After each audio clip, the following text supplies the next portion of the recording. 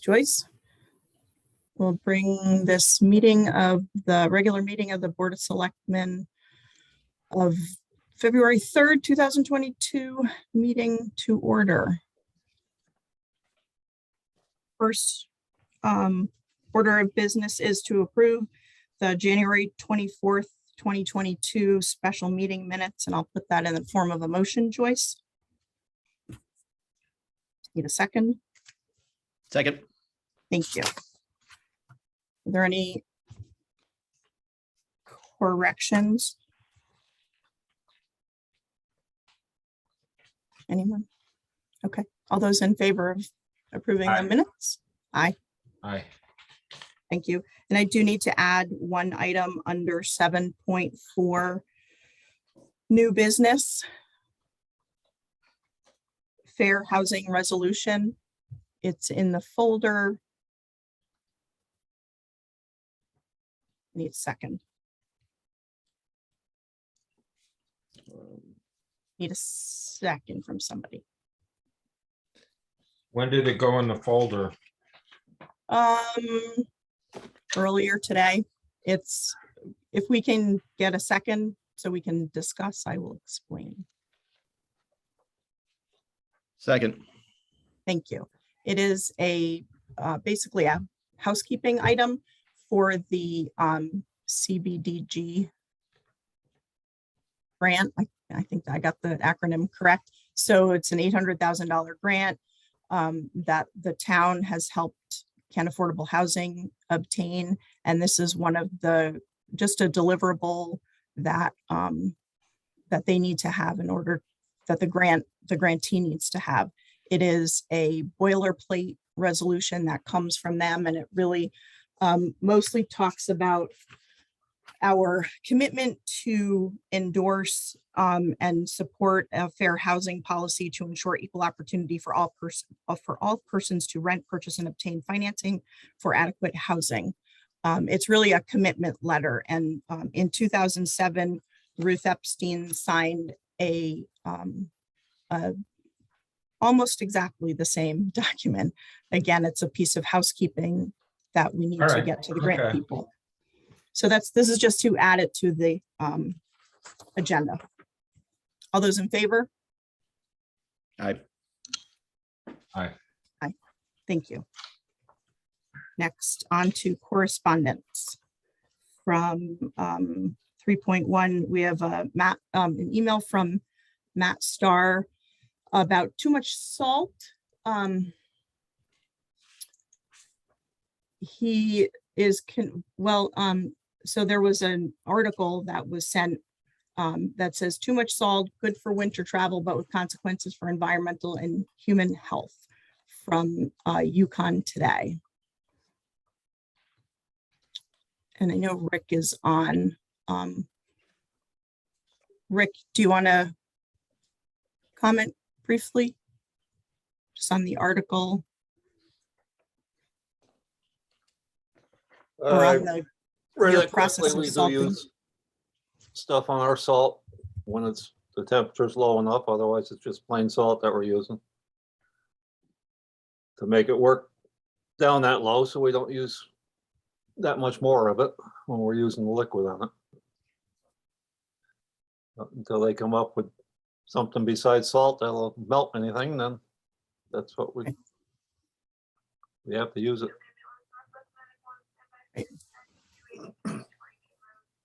Okay. Thanks. Rufus, did you have a question? No, I have no question. Go to the next one. Yep. 3.2, an email from Jim Blackadder regarding Eversource.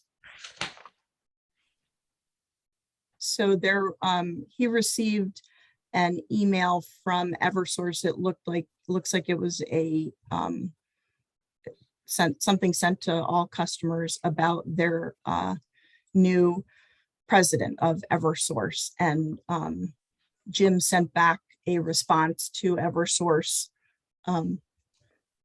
asking for a bigger commitment from Eversource, and I think we can all be in agreement about that. And because it was sent to all 3 board members, we put it in correspondence.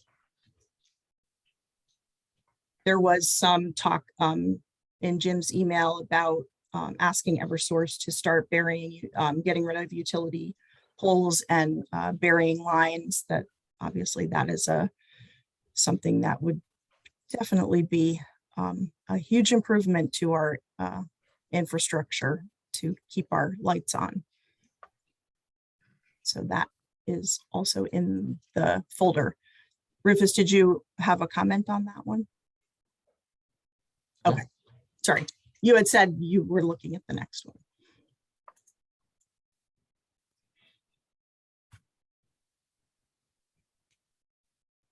Then there was another email from Matt Starr on January 27th. Rickwell Town Hall this morning, I noticed some pretty bad asphalt cracking around every catch basin and significant catch basin settling. As this was just repaved, the town should get the contractor back to inspect and plan to make repairs. It is clearly poor compaction around the basins. And he included some pictures. Rick, do you want to just fill in some gaps and give a little bit of information on this? The catch basins aren't settling. It's a frost pushing the asphalt up. If you drive down to the mobile station, you'll see the same thing going on around all the concrete down there. Does it just about every year when it stays down around 0 for a few days and there's no snow cover. And does it this sort of, I guess it's the opposite of heaving, but does it settle back in once it warms back up? It'll go back down, but we'll have to fill the cracks. Mhm. The cracks won't fill back in themselves. Right. And is this something that, with Matt's email, should we be contacting the contractor? I don't know what the warranty or. I don't think he's guarantee gonna from do them. it. He's been there 5 years already, so. Okay. It's a normal occurrence with frost heaves, so. Mhm.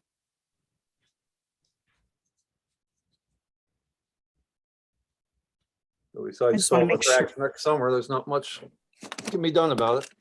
Right. Just to making, my concern is a trip hazard or a fall hazard in the parking lot. Just to take a look at it. And I know there's nothing that you can really do about it during this time of year, but something just to keep our eyes on. 3.4, January 29th email from Matt Winter. Jean, Rufus, and Glenn. In general, I believe that the working documents of all the town committees, many seem to be using Google Drive, should be publicly accessible. Specifically, the work currently being done by the Kent Sustainability Team and their working documents would be especially helpful during the POCD subcommittee. Would the select board be willing to set this as a requirement in the same fashion that you had recently adopted the requirement to video all of the town committee meetings? I did have a brief conversation with Randy just to be sure that so the working document that was talked about at that KST meeting was a preliminary, very rough draft. And it was the first time that we were talking about it with the Nature Conservancy person who had come to the meeting. And there is a specific section in the FOI law that does address preliminary drafts with an exemption. And that said, we definitely want to, and I think we've come a long way, but we want to continue to get better at sharing documents. I think being able to share all of these documents via Google Drive is huge. And we want to continue that and, hopefully eventually codify it into a policy for committees and boards to be able to follow so that they have guidance. Matt, I know you're on the call. Did you want to jump in with a comment? Yes, please, Jean, thanks. So I know that you all know, and I think you guys are all doing a really great job, and you're all, and it's evidenced by the number of committees that you each individually sit on. As it goes with our town, the volunteers who serve spend a lot of time outside of business hours working on these committees, but I can't look at all of them or be in attendance at all the meetings. So having the Zoom meetings available is really, really great. I think that being able to look at some of the documents that are being referenced during the Zoom meetings that aren't shared on screen would be really helpful for me personally to stay sort of involved with what's going on. I think we've got this great opportunity here in this sort of digital revolution over the past couple of years that we've been forced into, to share this information. I don't think it's a freedom of information issue so much, more as just a general sharing of information. And as you said, Jean, as part of this POCD rewrite, very specifically for my involvement in that group, it would be really great to have everybody's sort of thinking behind the scenes to know that's the most honest information. So I won't take a lot of your time, and again, thanks for all you do. So whatever you guys decide will be okay, and consider it seriously though, please. Great. Thanks, Matt.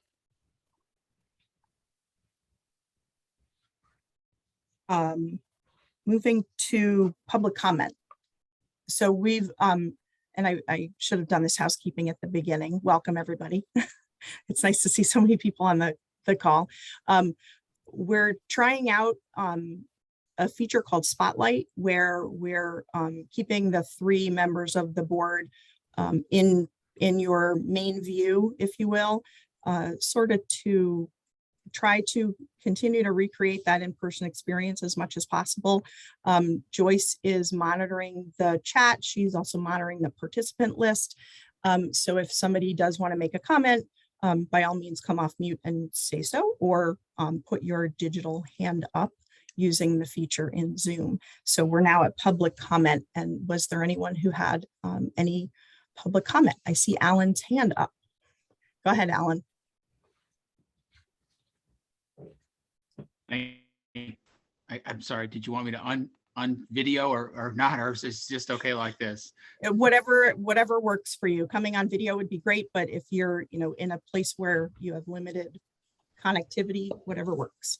I have it right now. Hi, everybody. Hope everybody's enjoying the day before the nice weather that Rick ordered up comes tomorrow and the weekend. And just from my perspective, separate than what I was going to talk about here, but as I saw about the salt, I think the level of amount of salt they put on works pretty well. And I can tell you that from being out in many storms and many nights, cold nights, icy nights over the last month or so, and going on the road. So it's been helpful. There was an ambulance call the other night at probably about 11 o'clock at night. The only roads that had were not completely snow covered were the town roads. I had to have the state police specifically call out for the state DOT. I happened to see Rick coming out of Elizabeth Street at 11 o'clock checking the road, and we were on Lane Street with the ambulance, and it was getting snow covered, but mostly bare from the pre-treatments they did.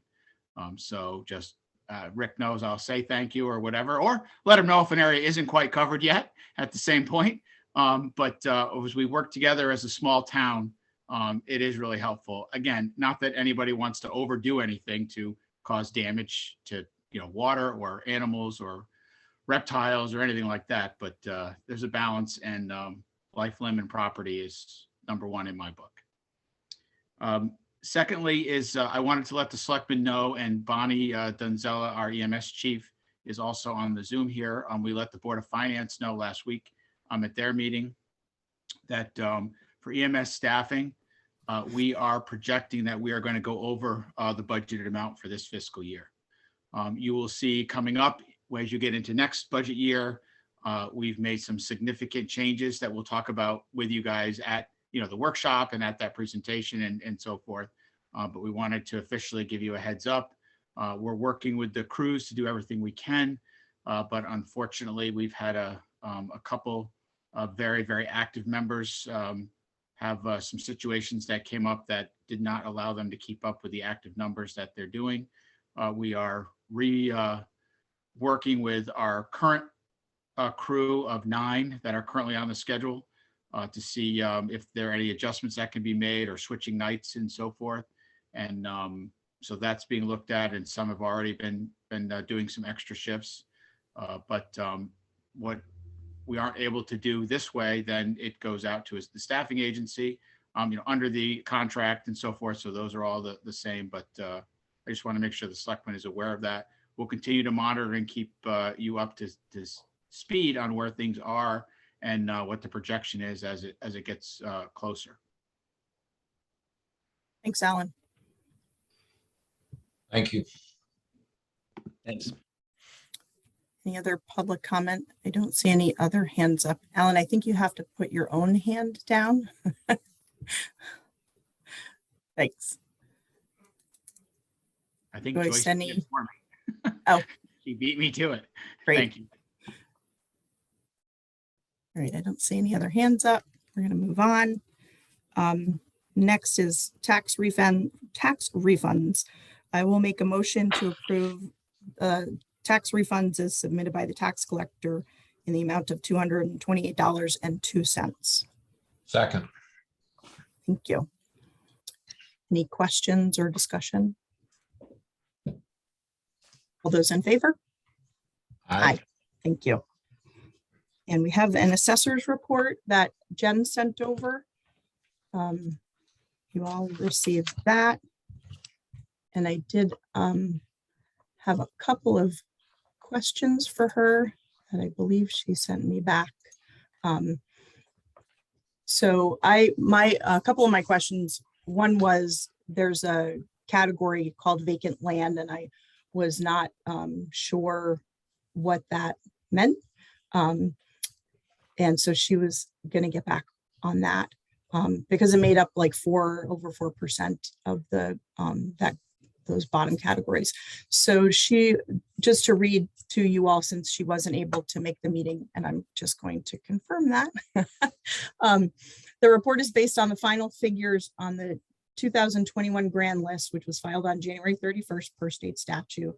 It's for informational purposes only, and in the past was primarily given to the Board of Finances for budgetary purposes, but thought your new board would be interested in the numbers. So it's really interesting to take a look at that document. And if the board wants to, we can spend a minute with it on screen share. It's up to you. Jen is not here, so she wouldn't be able to, be part of the discussion.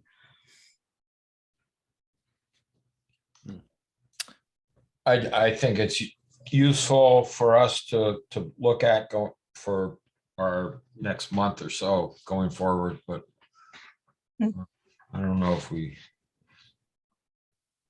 you want to screen share it or not. Okay. It's just interesting because you do get that sort of snapshot of how much is commercial, how much is farm, forest, open space, motor vehicles, personal property. So it's an interesting, nice one pager to take a look at. So we will keep moving on. Could I just make a comment as the tax collector? Absolutely. If you could look at that report, the number of tax dollars that are taken off for various reasons, I think I don't have the exact number in front of me, but I think it's a number all taxpayers should look at because it's a high percentage of our collection. So I just put it on screen share. And so Deb, you're talking about this exempt real estate, correct? Yes, yes. Okay. And believe me, I'm not the assessor. Please do not think that I am. I'm only doing this as the collector in terms of tax dollars. Sure. So we're looking at $2,393,602 in taxes that are not generated because of the exempt real estate. And I just don't think people realize the number is that high. So It's just a And- point of information. I'm not making a statement, just the number is there to look at. Sure. And I think that is one of the more interesting categories. And so Deb, just to confirm, that exempt real estate would be any organization that Oh, owns. I hold it. I don't do assessment. That's, I Okay. won't speak for Jen, sorry. Okay, so but in exempt, that's those organizations are tax exempt is really my, I'm not going to define it for you because I'll Okay. probably get it wrong, so. okay, But I think it's something, it is, when we've got $11 million tax bill, to take 2 million out is a chunk. Not that there's anything wrong with it, I'm not saying that, but it's something to keep in mind. Mhm. So that's it. Okay. Thank you. Thanks, Deb. Alrighty, moving on. To 7.1 operating budget.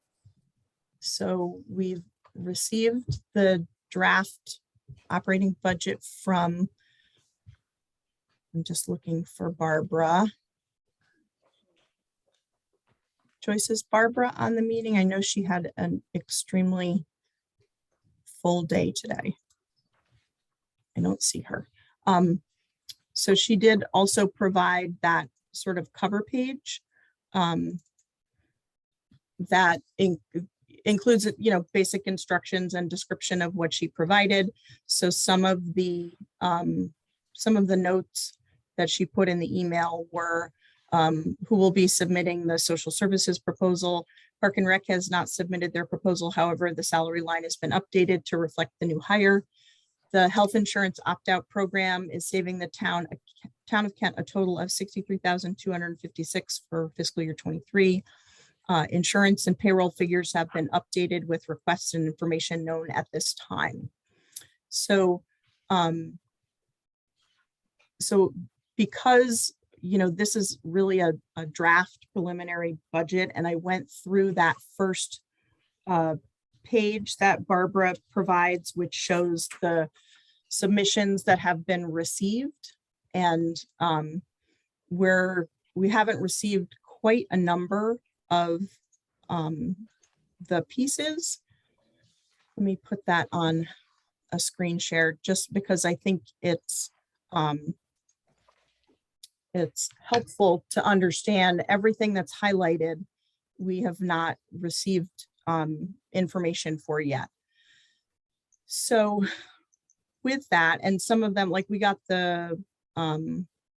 we received EMS staffing today. So I would like to have just a preliminary conversation. I know Alan, obviously you're here, and I think I see John Russell on there, and I know Bonnie's there. But there's a number of entities and pieces that have not been submitted.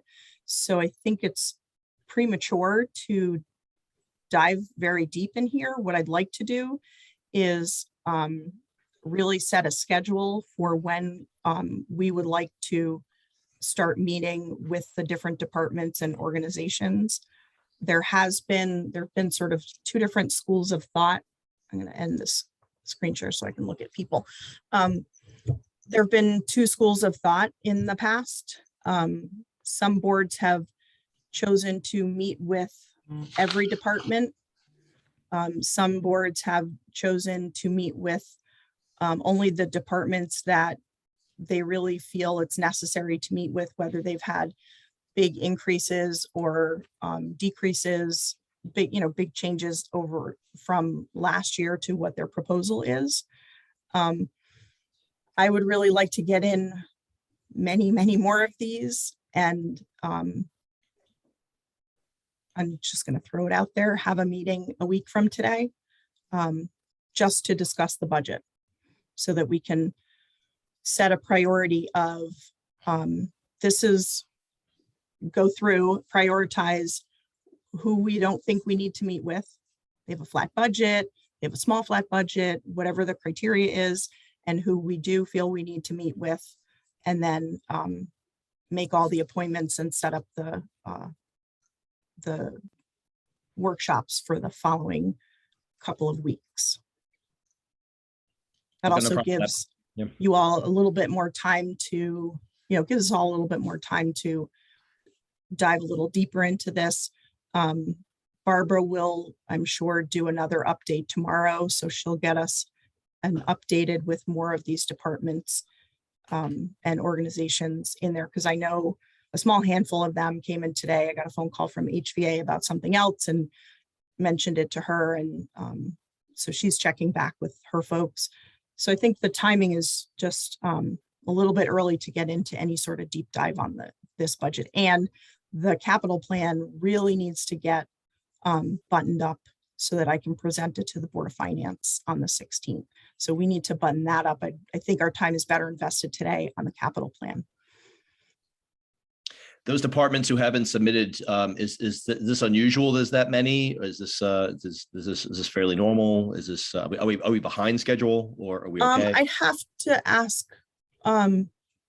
Barbara.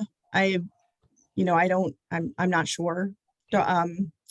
Darlene or Joyce, and I don't want to ask anybody to speak for Barbara. It's not Okay. fair. So I'm sure that Barbara is gonna, there's a number of things that I know are probably sitting in her inbox as of this afternoon. And it'll also give us time to reach out to some of these organizations to just get them to move along and get their submissions in. So I would like to just talk for a couple of minutes, since I did ask John Russell and Alan and Bonnie to come. They submitted the department, the KVFD request.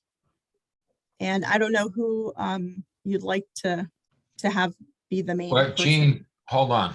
Yeah. You started this with suggesting that we meet next week. So let's, Yep. Okay, let's that. do that. So what time do you all want to meet next week? Sorry. Does this time next week work?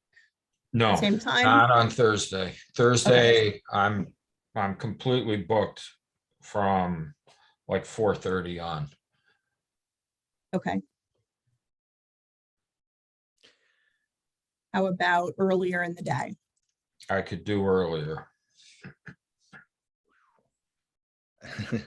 That's tough for me. How long will this meeting be? I would say we should probably commit 90 minutes, I can do 90 minutes. like a 3. Sorry to get you back to back. Rufus, could that work for you? A 3 to 4:30, 3 to 4:30, and at 4:30, and we have a hard the stop. meeting ends. I can do 3 to 4:30. That's a Okay. good motivator. What day? Thursday. A Thursday. Is that bad for you, Glenn? No. Wait, 3 to 4:30. Think. The 10th. It's a busy day, but I can get it in. I can do it.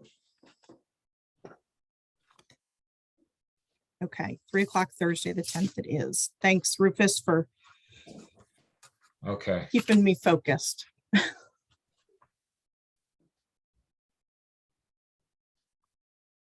All right. John, Alan, Bonnie. And I think did I see Ed Mattson on the call also? Thought I did. Yep, there he is. So, John, do you want to just come off of mute and give us an overview? Gene, I'd like to say that I think if we'll try to at least be able to speak next Thursday, and maybe be able to send you a little bit of info if that's helpful. Okay, if you would rather hold off and That way Have that everybody's there. You conversation. have a full agenda and we'll have stuff to say under capital. I'm sure you may have questions for us, but if that's okay, following what you and, what the three of Sure. you just talked about, I think next Thursday will be fine. great. And so for next Thursday, Glenn and Rufus, just know that we'll also be putting the schedule, the full workshop schedule in place. I see a hand up. Don't know who it is. Donna. Donna. Hi, Donna. Sorry. Okay, I guess that maybe I could withdraw the question I was going to ask, but I was just going to ask, why does the Kent Volunteer Fire Department, no offense to them, have an opportunity to present their budget when the rest of us are sitting here and we don't have an opportunity to do that for us? So, but since Alan made the suggestion, I'd like to withdraw that question. Thanks, Alan.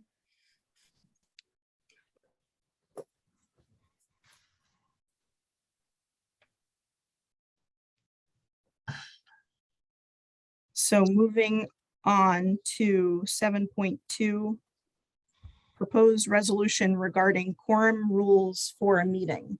I'm going to hand this off to Glenn and put it on screen share so that we can see. There we go. Thanks. Yeah, that just came out of the FOI meeting with Tom Hennick. We've talked about these meetings and what should be required. And we talked about the recordings, whether video or audio. And we made a decision on that. But in that meeting, there was also a discussion about what happens when there isn't a quorum, and that some towns don't have a particular resolution. Some do, some allow meetings to still happen, although nothing's really decided. This nearly happened to Noise and Traffic the other day. We had, especially with smaller commissions, we almost didn't have a quorum. We did. We had a meeting, but just something I wanted us to think about. So if we as a town, I don't know how often when commissions and boards meet that there isn't a quorum. Maybe this isn't a huge issue. Maybe it is. But I think for clarity, I thought it's something we could talk about. I mean, if there's no quorum, there's no meeting. You have to have a Right. quorum. So And is that actually recorded that there wasn't a meeting? that I don't know, but What do you mean? Well, if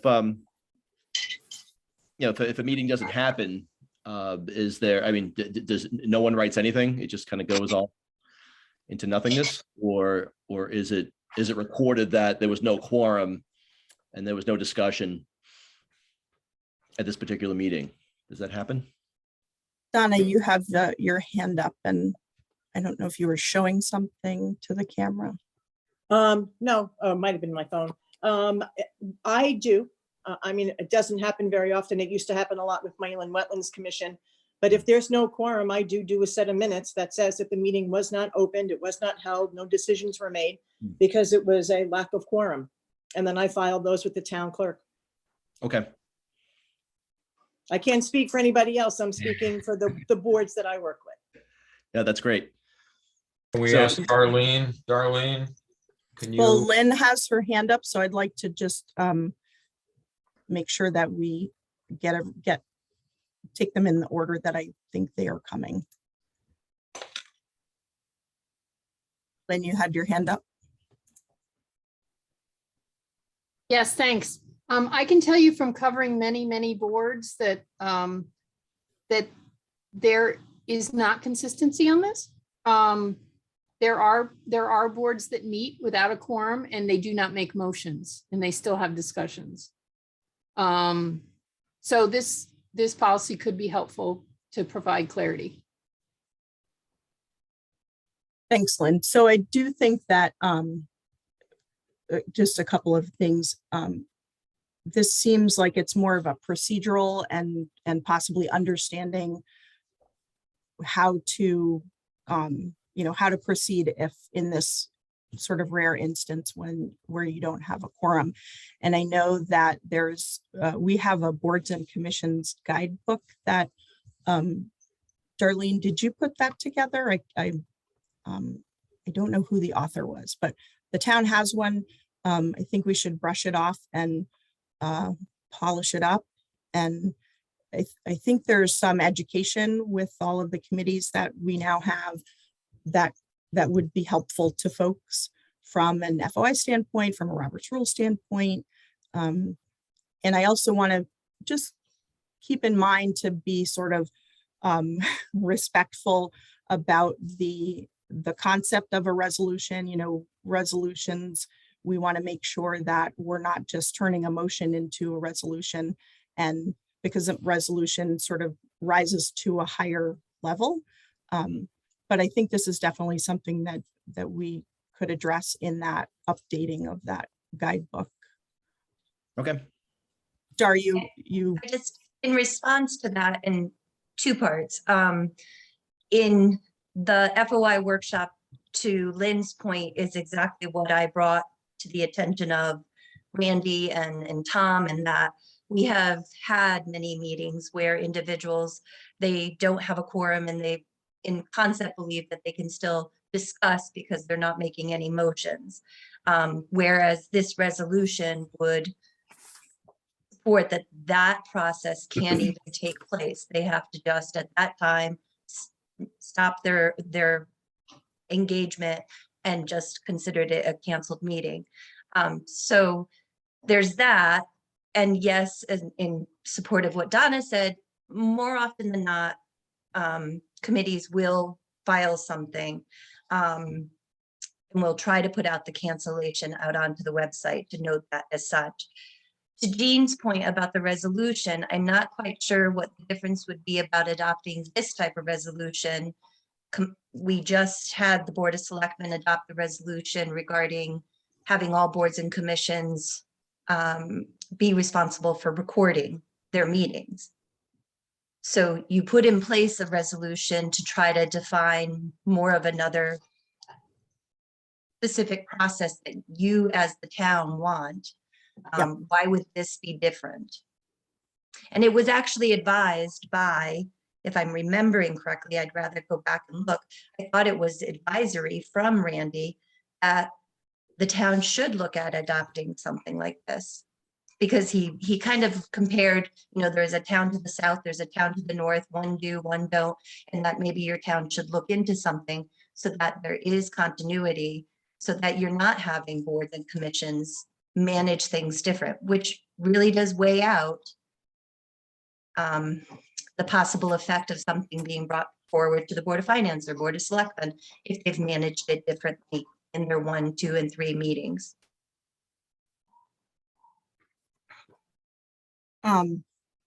Yeah, I guess my point was, instead of doing this one thing at a time, one topic at a time, why not spend some time and relook at that handbook and come back with a sort of fuller presentation of this is the way that we want all boards and commissions to conduct themselves. Here's your toolkit, here's your guidebook, here's the link to the Roberts Rules website. We all function by Roberts Rules, and have it be more of a holistic approach instead of we'll do this resolution and then, or make a motion or a policy, or I'm just I looking at agree. a bigger, broader approach. I agree that that can be done. I guess I just wanted to go back and, like, even the resolution that was passed has not even been sent out to the boards and commissions. So, and maybe that is why taking a different type of approach and making it a uniform booklet that everybody gets would be a better way to go. So, And I think redoing the booklet is not a heavy lift. It seems pretty succinct from a couple of looks and reads I've had to it. So the next Board of Selectmen meeting, maybe we can come back, not the The next one Gene, is, let's stick with our budget issues for the next few and come back to this. sure, When we get a chance to look at, if Darlene could send us a copy. I agree with you that we should look at how we want all boards, commissions, committees to act across the town. But right. let's hold on. I just don't want to put it off till we're done with the budget, because then we're May and it's 5 months of this sort of still being hanging out there. And I think we can get it done in a quicker amount of time. But anyway, so we can move on. And we'll keep this on the agenda, and we'll keep coming back to it. Okay, so next meeting, we'll look at this entire document and then talk about this idea. Okay. Possibly the next meeting, but maybe Possible. not. Possible. We're, the focus is, like Rufus said, it's the Sure. budget. So 7.3 is the 2021 KVFD tax abatement list, which is in your folder. And that was received by the town hall tax collector and the town clerk.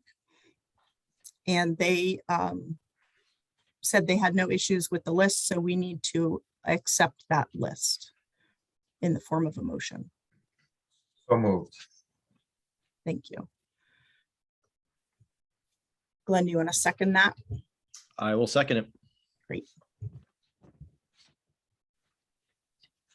All those in favor? Aye. I, I'm going to abstain. 7.4 is the fair housing resolution. I would make a motion, Gene, that you sign the letter and move it on. I second that. Any questions? Seeing none, all those in favor? Aye. Aye, thank you. Medic Jean? 4, Jean, I'm sorry to interrupt, but just as a point of, just so we don't get caught up in this and going backwards, if you abstain, Rufus should abstain because you're both on the list. Just as a point of order, that's all. I don't care whether either one of you do or not, but you should do it as a duo. I voted the way that I chose to vote. And I don't think Okay. we can do a point of order Okay, after That's fine. the motion. I just didn't want it to come back and bite us, that's all. Okay. Thank you. Next is 8.1, the Medic 4 contract extension. So we talked about that a couple of times. Don't see it in the folder though. Gene, you said you signed it, so let's move on. Okay. Joyce, If you've signed the contract, it's a done deal, yep. and it's I'm- not in the folder, so there's nothing for us to review. Joyce, do we need to have a motion on this? No, I just put it back on the agenda because you came out of executive session last time and didn't publicly state the status. Okay, so we did accept and sign that extension. 5-year capital plan. Okay, so. Let me pull this up on the screen share. Here somewhere.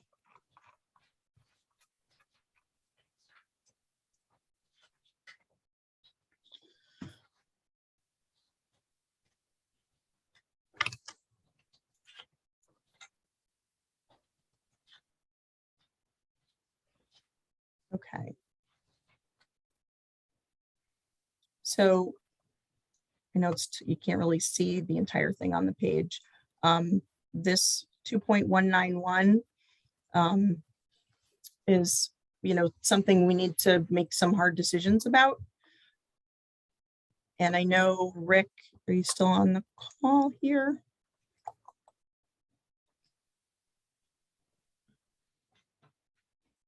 I thought he was still on the call. So we'll move to the fire department. Alan, John, on the, under KFD on the communications upgrade. Is it? And I spoke with John a little bit earlier on getting some understanding on, you know, narrative about what this project is expected to look like. I know that there are a number of unknowns right now. And again, it's all the way out in 2027, so it's early days. But it is a, you know, fairly large chunk of money. I'm wondering if it's possible to either move it to 2028 or split it between 27 and 28, take it to 125 at those 2 years. Alan here, and in short, yes, I believe because of the uncertainty of exact timing on it, it is possible to do that, especially with other priorities that are there as we all, you know, work together here. Also, it is my very strong opinion that as we meet and work with the ARPA committee, that is something that clearly is within that scope, in my opinion, and also things that towns are already doing and already purchasing currently. Some of our neighbors specifically using the ARPA funds to, you know, fund that. So that's something that, again, if that comes to support, you know, as we work with the ARPA committee and with you as the three of you as the Board of Selectmen, you may be able to even move that out altogether under the ARPA setup. And so what does that $250,000 in, what is that project? If you can just give a brief. Yeah, there's many years ago, and if you remember, this was in, I know both Glenn and Rufus are new to the Board of Selectmen this year, but this was put in under last year's capital. And then again, we were able to push it out because there was a, through LCD, through the county, through the government, the intercoordination of everybody, it was delayed. They had some more time involved. So we were able to push it out a little bit, but that is still quite a ways out in the time frame. But what this is currently how most of the fire and EMS services operate on a radio system. And this is a change of radio systems to be compatible with a national system, but specifically the state of Connecticut system on what's called the 800 frequencies. This is to put that in. LCD has already transitioned. The state has already issued some radios to each town on this. So we have 2 of them within our fire department.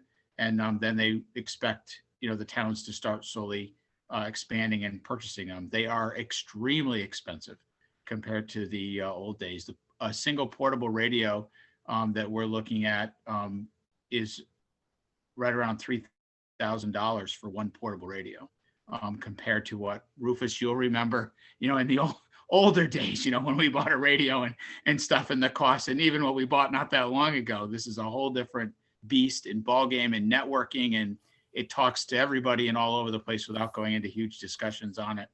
But this is the transition to that, and now the radio is called an all-band radio. So that's a little bit more, or is more money, but that's what this project would do, is allow that to happen and make those work. Alan, is there any state funding for this outside of ARPA? Not, I don't want to talk about ARPA really right now, but. No, good question. There are, and we've had some preliminary discussions, not state money at all for this that I'm aware of, but grants, you know, grant things. So if the town, you know, we've battled this back and forth, and Gene and I have had a discussion about this, that if the town or the agencies collectively could have a grant writer or a part-time grant writer or something, I really do believe that there would be some grants that this very much could be, also could help towards. Right, and I agree. I think so. The AFG grant, there's another one. I can't remember what it's called right now, but there's 2 federal grants that I believe would, this type of project would definitely be eligible for. And they're looking, obviously, many people know, federal grantees are looking for big regional projects. So this would be the, a perfect project to come together with like the Northwest Zone or the Litchfield County Chiefs. And there are even, I think the AFG grant, you can use part of the grant money to pay for a consultant to help you with the grant administration. So I think that would be, now is the time to talk about it with all the other, with the other fire departments. And we'll do everything we can to help. Barbara is the person who manages all of our grants. She's managing a lot of grants, but I think it's far enough out that we can, we can sort of do some planning and get it right by the time we get to, 2026, when that AFG grant would need to be applied for the following year.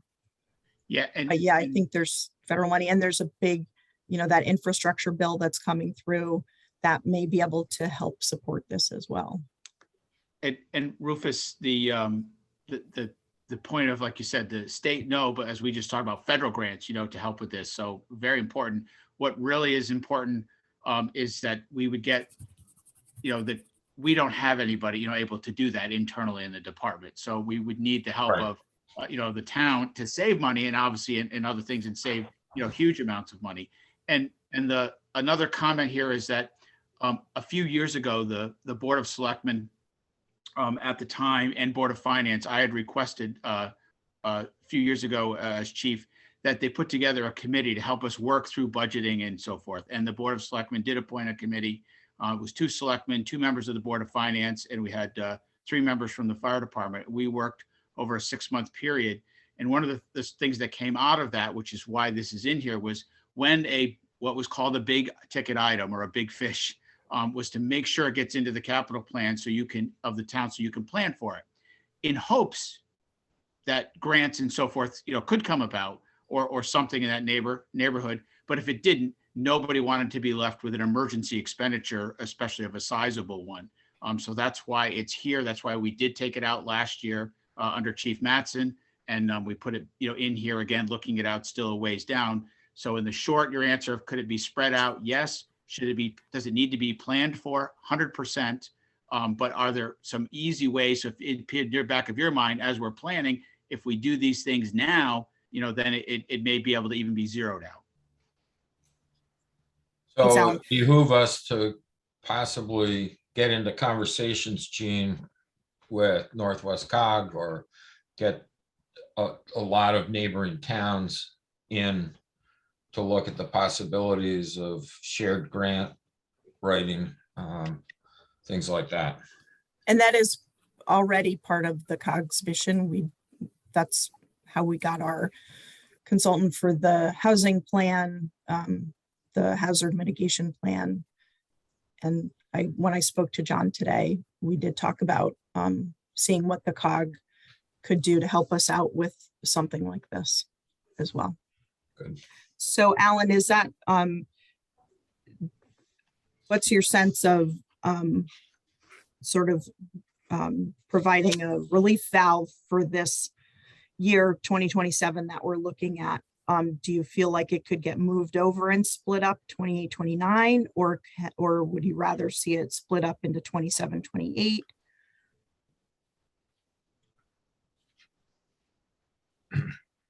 I think if there's a way to put something in there for the current year, 27 would be good, but knowing that then you'd have that to move around, within a year or so. I don't know how that works. I just know what was reported back, that, something's in there, so you could plan for some and then be able to adjust it. And then within this next, let's say 6 months to a year, if you get a grant writer, things underway, then we can get commitments here to do that. I think that would be very, very reasonable. But at least something has started to go away, because, or put away for it, not go away, something to be put away. Prices are just skyrocketing on certain things. It's just Right. unbelievable. So you're okay if we split it up, let's say, put 125 And into even if- 27, 28. Even if, and I'll be, again, as we're here, look for, even if you're sitting there going is, maybe you can't do a 50-50 split, but at least start something in there. So that way things can get underway and then you can make it up. And as we get closer, we'll know, where things are. By next year, let's say at this time, we should have a really good handle on a grant writer on what these things are. And maybe it'd even be done sooner with a grant, which would, again, the system's up and running now, so it would be beneficial to everybody, and maybe the state would come up with something, as Rufus was referencing. I don't know. Right now, Rufus, there is a state bid. So all these prices are done on the state bid process. Right. Numbers come out. So the reason why it was put in 2027 was only because it was the first year that it could be put in the capital plan, or was there another reason why? Well, about 2 years ago, the board of directors at LCD said that they were talking about a 10-year plan for the current VHF system, and they were going to continually evaluate, but they made it clear to the member towns that they would not do away with the VHF system for at least 10 years. That was the information that was given then. They're constantly looking and evaluating. They have a subcommittee. I think you just recently joined the board, right? Not too long ago. So you've been able to see some of that also. So they're not looking to, shut anybody off or do anything of that nature. But again, it has to be planned for, things that are being outdated and happening. Okay, so as we're moving through this discussion, which this is the very beginning of this discussion, let's start by just splitting it out, 125 over those 2 years. And then we'll see how things flesh out as we continue through this conversation. I know that Rescue 8, that 4-year, that 4th year, those are all to go to that one truck. And then moving on down. So before we get away from KVFD, there's a truck coming in, engine 2 is coming in, starting in 2028. I'd love to see, because well, I know Rufus is a longtime member of the fire department. Glenn is new to the board and is not oriented towards red trucks with lots of wheels and sirens. So I think it would be really great to maybe have a joint executive committee, board of selectmen meeting over the summer to focus on the big plan, the truck plan that I know exists. I know it's been worked on for a bunch of probably decades. And that would give the executive committee time to sort of dust it off, update it, just so we can get sort of that big picture of the trucks are the biggest ticket item for the fire department, obviously. And so we can get a sense of, conceptually where you all see the fleet of trucks going over the long term. Certainly. Sounds like a great Does idea. that sound like Yep. something you'd be interested in? Great. So We can probably get Rufus and Glenn as the new guys to cook some hamburgers and hot dogs. And Right. remember those, I don't know about Glenn, but I remember those days of Rufus when he would do the cookouts and the softball things, everything else. So right, softball. Yeah. That's great. So yeah, so this gives you some time to, go back to the executive committee and sort of dust that off. And then over the summer, we can plan a meeting to all sit down and go over that. Good idea. Good. Thank you. Thank Thanks. So keeping with that year 2027, just to the left of the black line, next in is a number of park and rec projects. I see John Grant, you're on. I'm just checking to see if Lynn, Lynn, there you are. I didn't see you. Hi, Lynn. So do you want to just go over those? There are 4 buckets, and just talk briefly about them. I would really like to see a narrative justification come in from the commission. I know that you've been very busy with the new hire, Jared. And we all appreciate him coming on board. I think there's a lot of good things to come in the next few months. But if you can get back with the commission so that we can see in writing what those projects are all about, but by all means, we'd love to have you just discuss them here.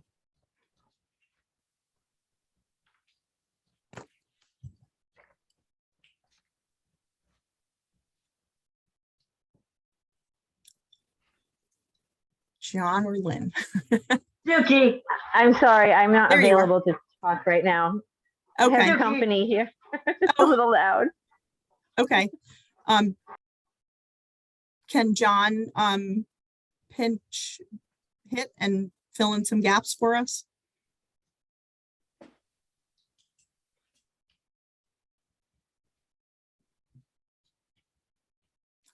I right. can't speak commission. Lynn will have to.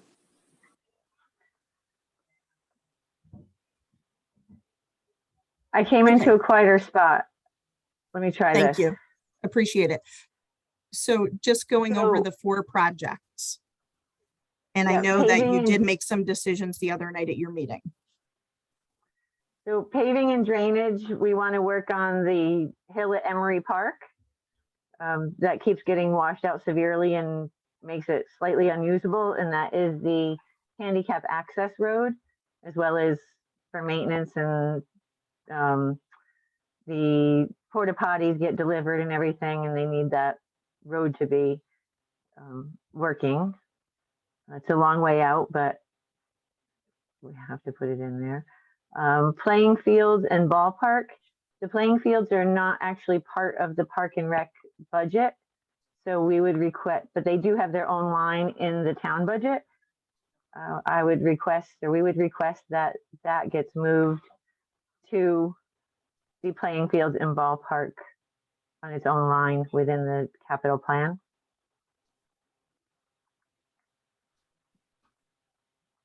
Trail structure and maintenance, we move that into our yearly, our fiscal year 23 budget, and hopefully going to use that to fix the drainage at Kent Commons and put off trail structure till another time, or possibly we might put that in for next year. And the master plan will stay in there. Okay, and so so you all did not submit that $50,000 for playing fields and ballpark? It should go on its own line. The playing fields committee is part of Park and Rec, but it is not in our actual budget. It has its own line.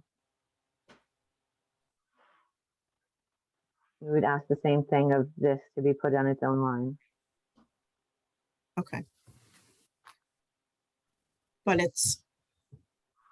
Parks and Rec submitted that $50,000 $50,000 project. Correct, in the wrong spot. Right idea, wrong line. Okay, so it's a little muddy. I think we need to get clarification. So the playing fields committee has not met in a long time, and it needs to be reorganized. Mhm. So But there's subcommittee of again, Parks and Rec. basically, I'm a little fuzzy on that. I think it usually includes a Board of Ed member, a selectman, and a Park and Rec member. Okay, Jonathan, correct me on that if I'm wrong. okay, so this, so regardless of the line that it goes on, it was submitted by Park and Rec. Park and Rec, correct. Okay, is there a reason why it was submitted within that to the left of the line? Everything is really supposed to be submitted outside for that long-term planning concept. I don't know the answer to that. Okay, We put it on the report that we were given. None of Okay. us have a lot of experience with this, and okay, and so the master plan, can you just talk to us about the master plan? Because I'm not sure if the rest of if Glenn, the rest of the board is has been sort of briefed on what a master plan is, how that will help the long-term planning of Parks and Rec.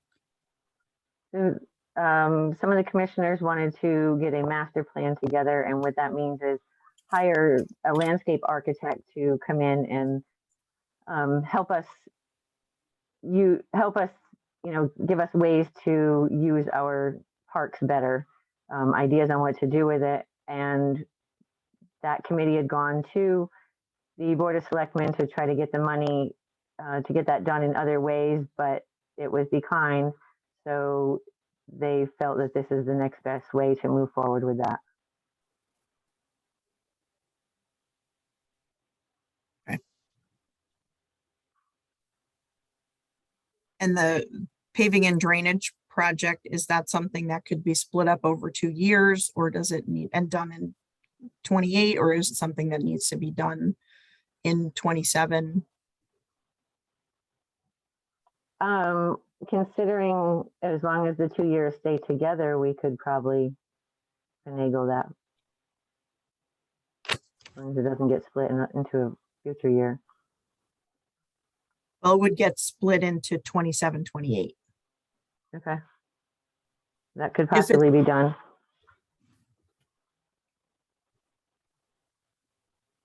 Okay, so if we, for sake of conversation, so we can continue moving along, if we split it out, so we'll put 50,000 in 27 and 50,000 in 28.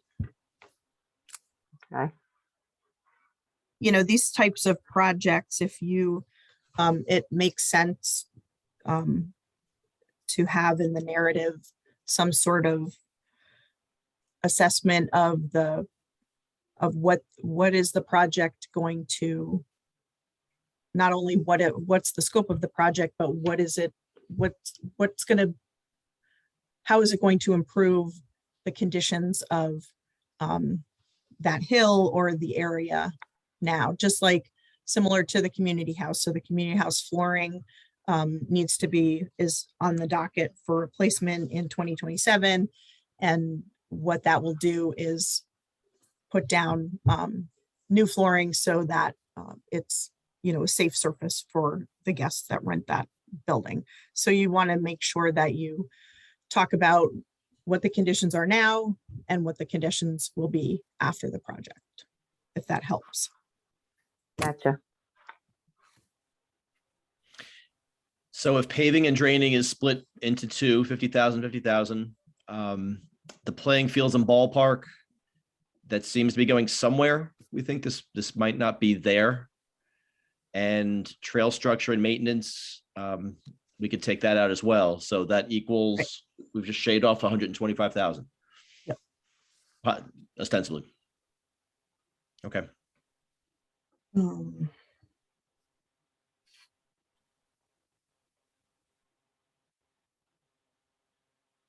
Lynn, I don't know if you've looked into this, but I know there are a lot of grants that are going to be coming up for Parks and Recreation, and a bunch of federal grants that I've been hearing about coming down the pike.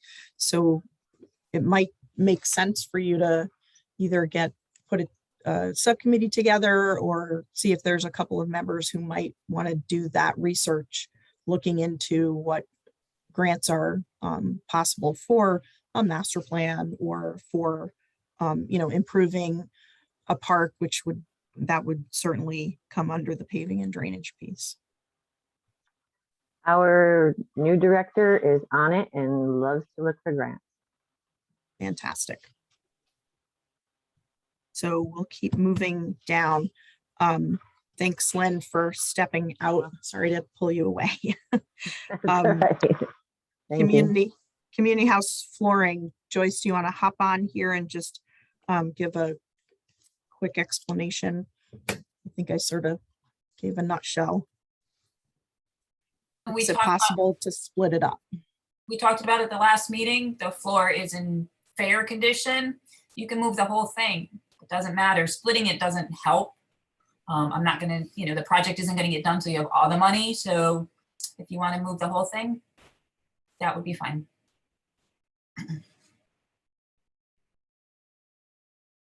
Okay.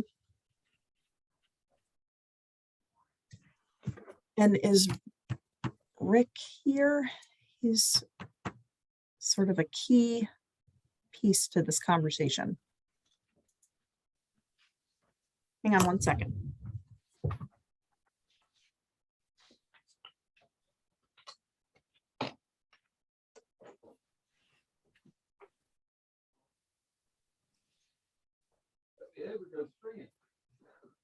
Come off of mute, if you wouldn't mind.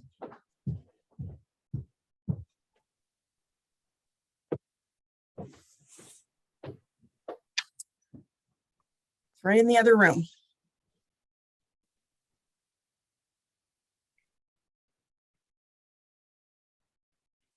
So here you are. Sorry about that. So Rick, let's go to the backside of this capital plan page. We'll just start at the top or close to the top, the payloader. Tractor with the boom mower. Yes, that's what I meant. You move Is out that- one year. We can move that out one. Yeah. Okay. Or hell, I like to leave there because we already got half of it in the year before. Yep, that certainly makes sense. Bridge Bridge number number 5, where, 5, I'd like to leave because we've been working with HVA and fisheries for another grant on that bridge. And if we don't have anything in the capital plan, then we can't really commit to it. okay, and that's on Fuller Part of that, also. Excuse me? Bridge number 5 is on Fuller as well. Yes. Bridge number 9 on Fuller is the one at the bottom of the hill. That one we can probably push to the other side of the line because it's going to be a lot more money than that, but from what the engineer is looking at now, so. And is that something that could be split up into a 2-year funding, like a 28, 29? We did some rehab on it a number of years back, so if you wanted to push it out, and then we'll probably end up splitting it next year because you're gonna be raising up 28 by doing all this, so. Right. And I'm sure there's gonna be new projects for next year too. Bridge number 05519, Macedonia.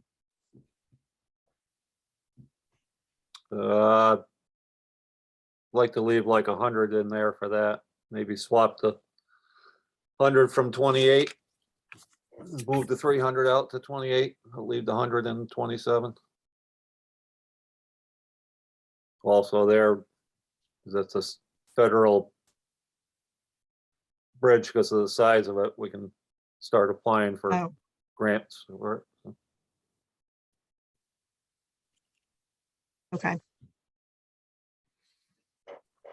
So that's 620 out of that. Appreciate it. I'm sorry, how much was that total from DPW that we moved over? 620.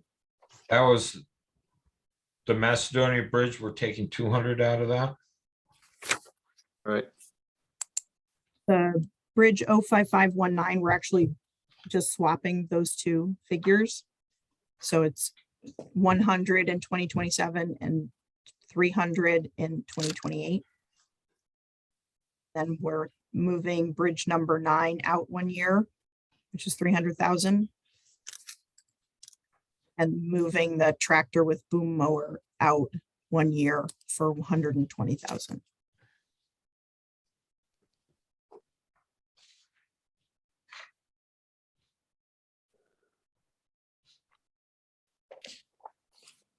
And so coming back up, So right now, Gene, we've taken $800,000 off. Yep. Okay, so that line is now approximately 139. But we've added a lot of it to 28.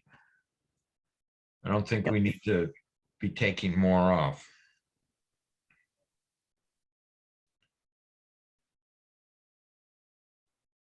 I agree.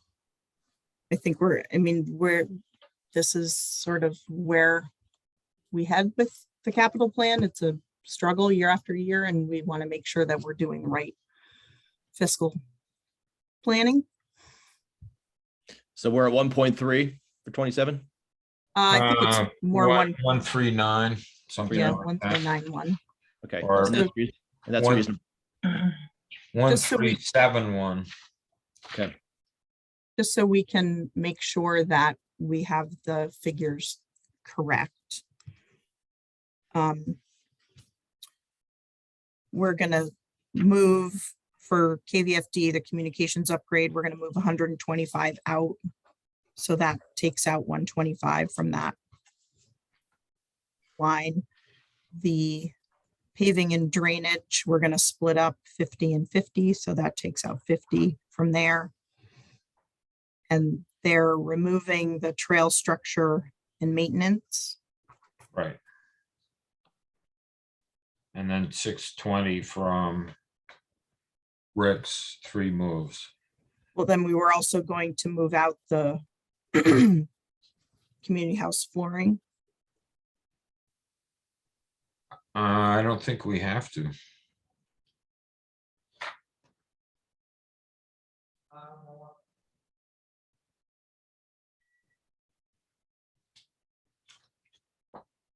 What's the total for fiscal year 28 at this point?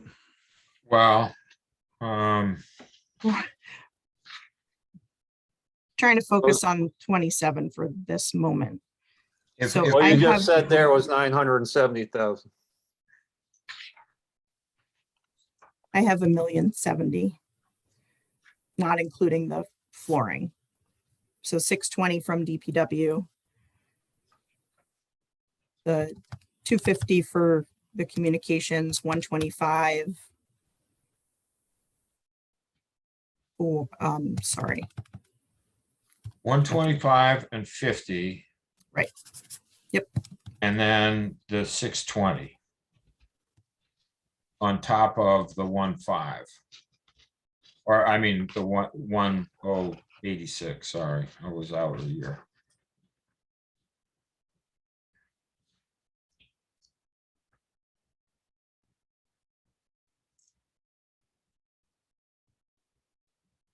So So I'm- 795, so you're looking at a 1,000,008 something.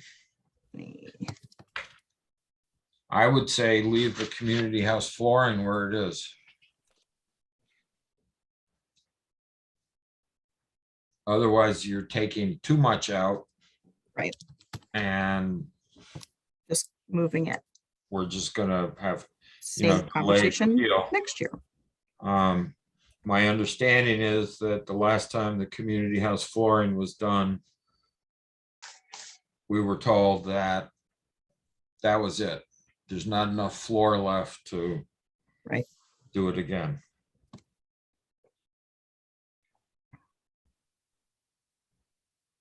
So that would be my recommendation. We leave that. So we're decreasing by $820,000 to a new total of 1,371,334. Is that what? So let me just check my math. While Lynn has her hand up, I don't know if anybody else has their hand up.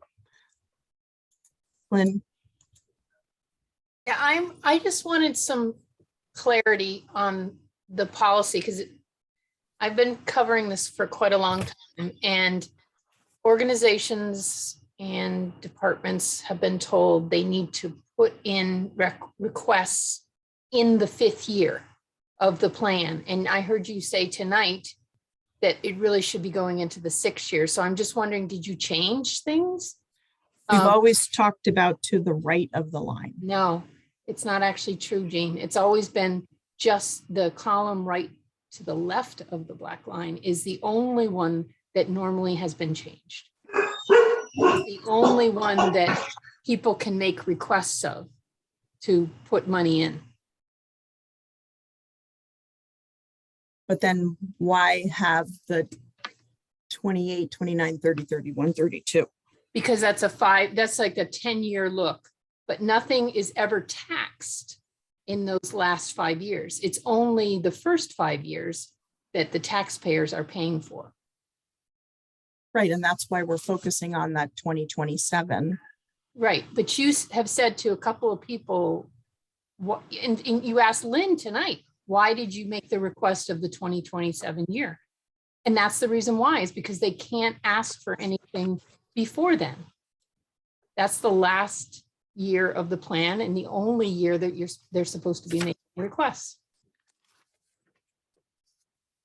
Not saying they can't do the other the last 5 years. It's just that's the first time in the plan that they can add something new.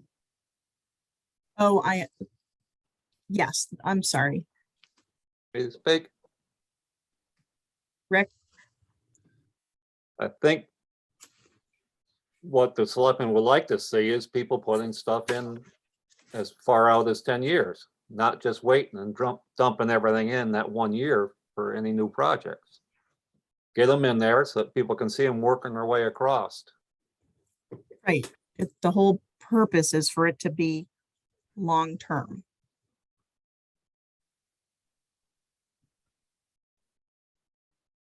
Did I see another hand up?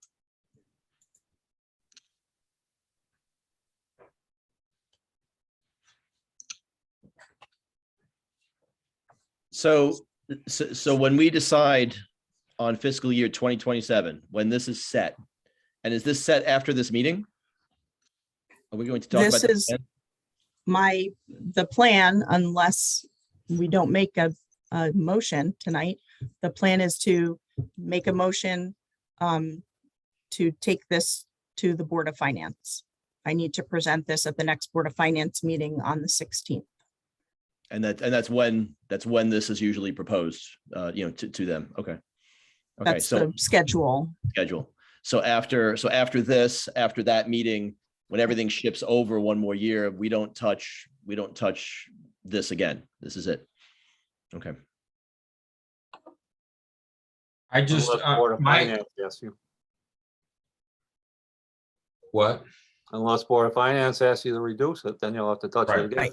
Right. Yeah, If exactly. they bounce it back to us, then we have to My consider it again. question is, Darlene's got her hand up if you can hold for 1 sec, Rufus.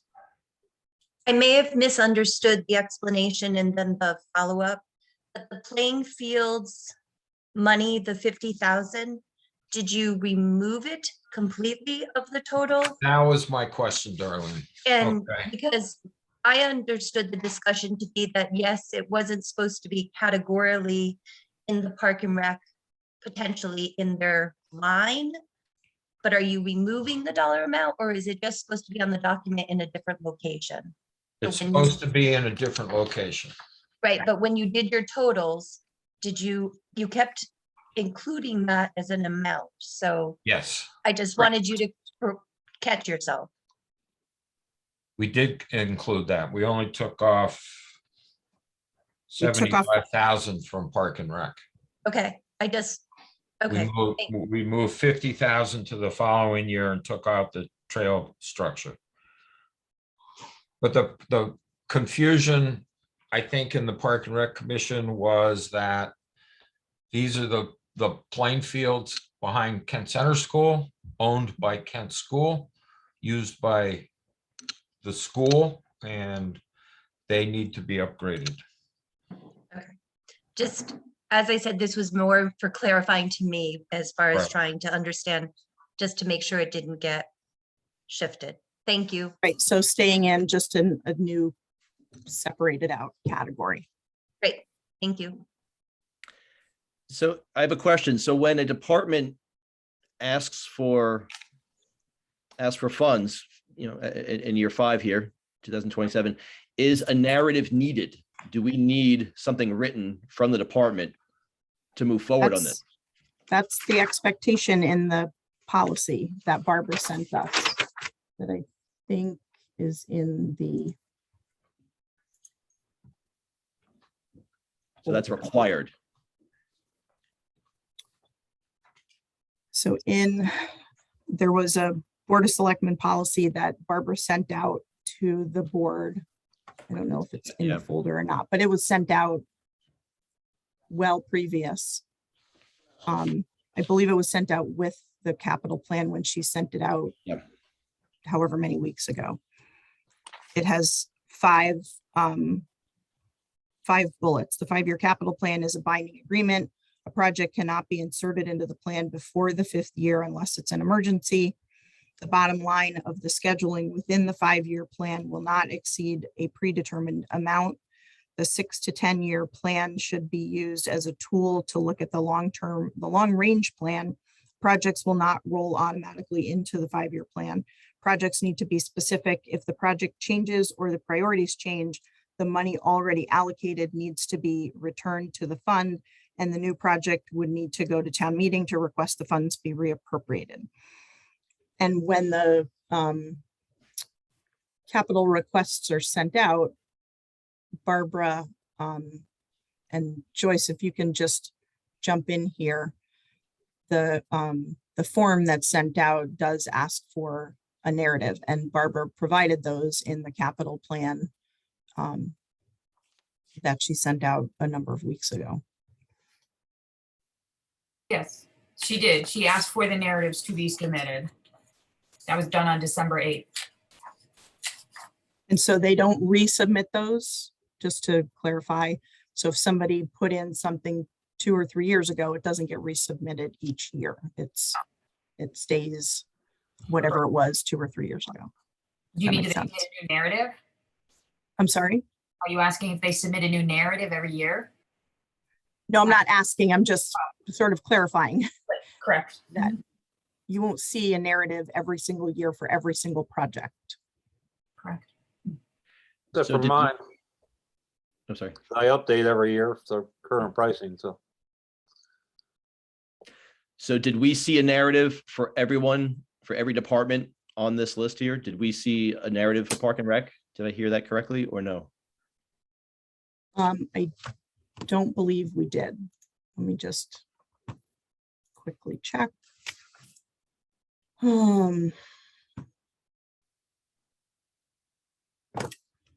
Yeah, I think Barbara had reached out, but hadn't heard from them.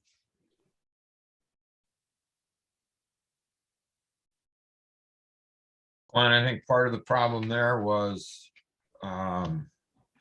no Park and Rec director.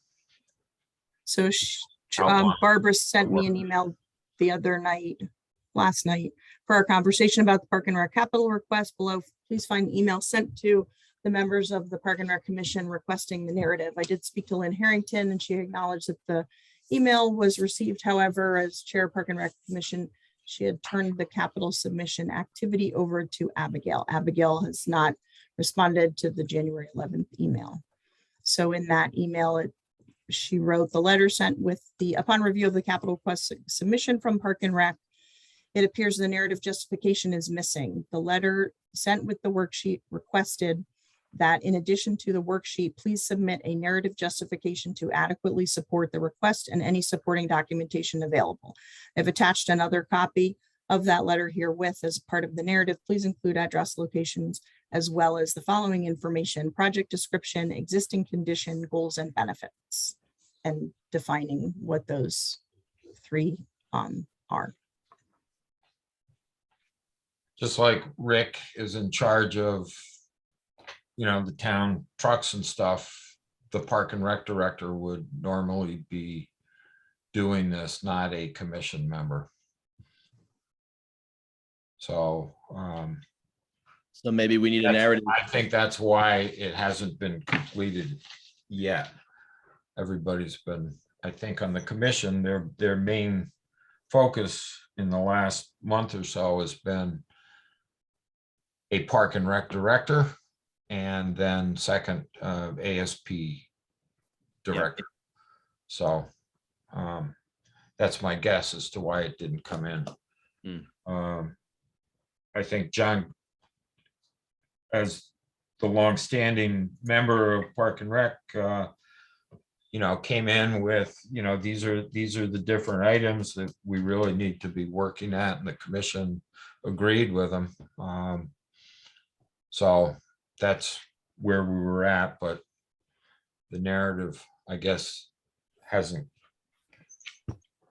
So 2 years Oh, yeah. ago, we actually denied a late request by the fire department because they didn't meet the requirements of the funding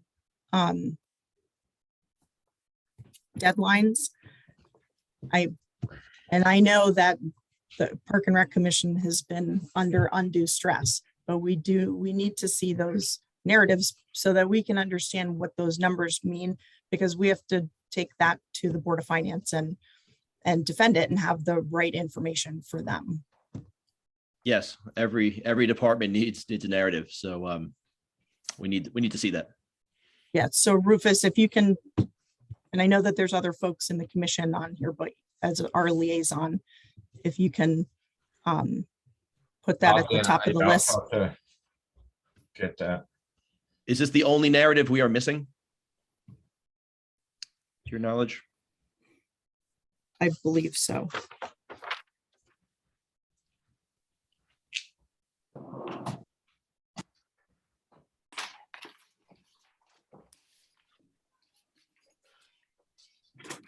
Did see a hand up. Yeah. Zan, Zan, hi Zan. Sorry Hi. about that.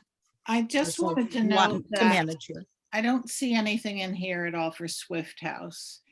It is not within the current charge for the Swift House Task Force to be able to even make recommendations. So if you all approve the capital plan tonight, we're going to be frozen out till 2028. I'm hoping that we'll have an opportunity, if the charge is expanded and improved, to be able to make a recommendation for some of the things that are needed.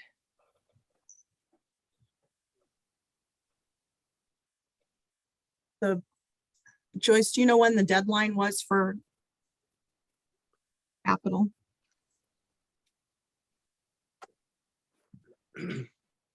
Or anybody, Darlene, Donna, Debbie, anybody from town hall? I don't weigh in? see why the Swift House Committee can't make recommendations for capital if they see a need. Well, because our charge was only to supervise the replacement of the roof and the chimney, nothing more than that. According to the capital request that was sent out, it says submissions received after January 7, 22 may not be considered. So they were due back on January 7th. Okay, nothing was sent to us, by the way. And to your point, I think, Zan, it wouldn't have been sent. So Joyce, is there any reason you didn't think there was any need for something to be put in for long range planning? I was waiting for the Board of Selectmen to review the Swift House's report to determine what the priorities were, and then make the appropriate request at that point. But nobody has taken any direction on what's going to happen with the Swift House. So I didn't put in a request. Okay. So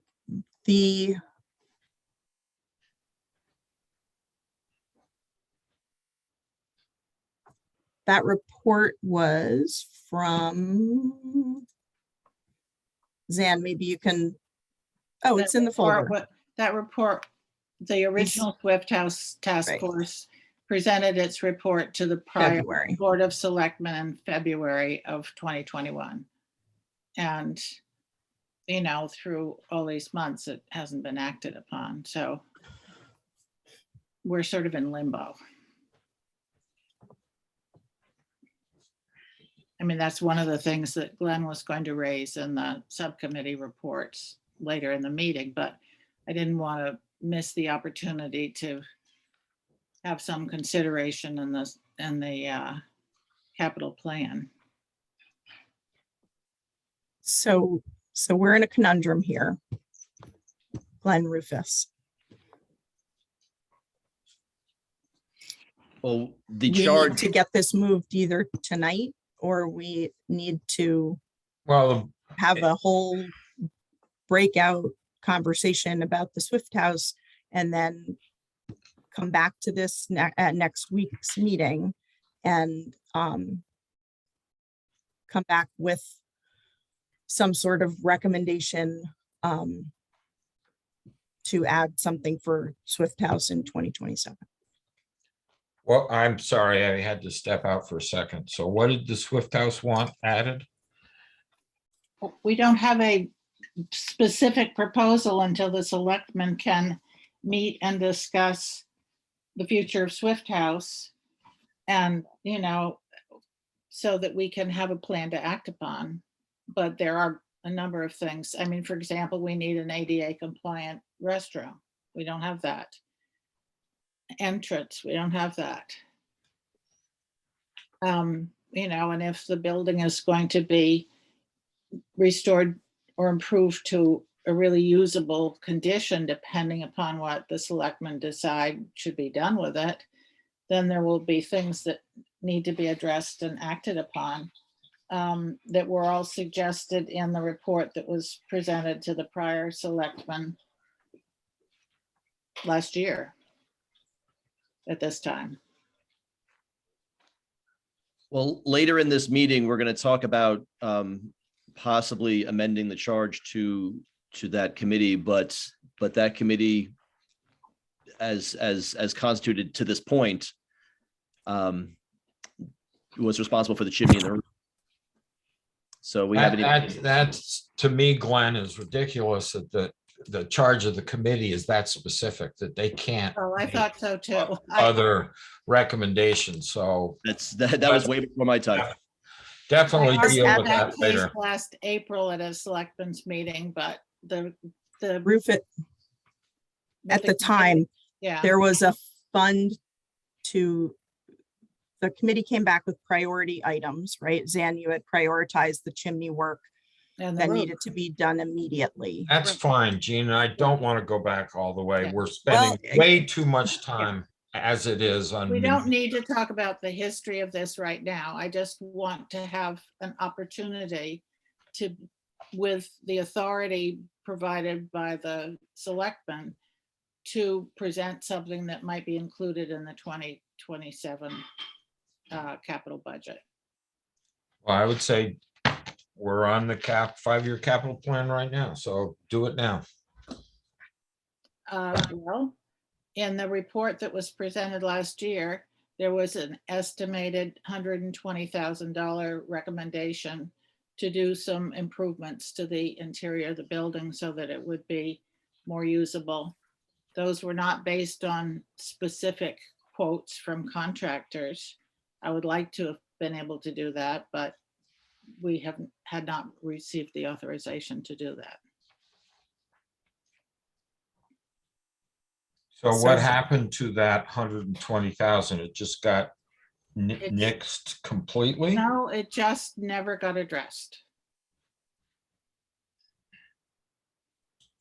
There's never been an actual plan that has come out that addresses what is the future of that building.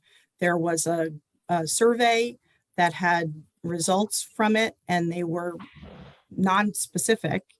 And what really needs to be decided is what's the future of that building? You're talking about an antique building that we need to understand what is the purpose of the future of that There were building. recommendations made by the committee, but the recommendations were not addressed. So they're still in abeyance. So But I hate to lose another year Because, I mean, if we could move this process forward and allow the possibility of adding something to the capital budget, then your meeting could go on. But I'm just speaking up now because I don't want to lose the opportunity entirely and have it go on for yet another year. But we need to, you know, I mean, the charge needs to be amended, and I think the report as written also needs to be updated. That's what we're going to look at. So I don't know if we should consider the previous report this instant. But that's what we have to go by, and Go by. But we can't just, I'm not comfortable with taxing the taxpayers for $120,000 or $250,000 without a plan of what is the future of that building going to look like, and is the future of that building as a rental space the right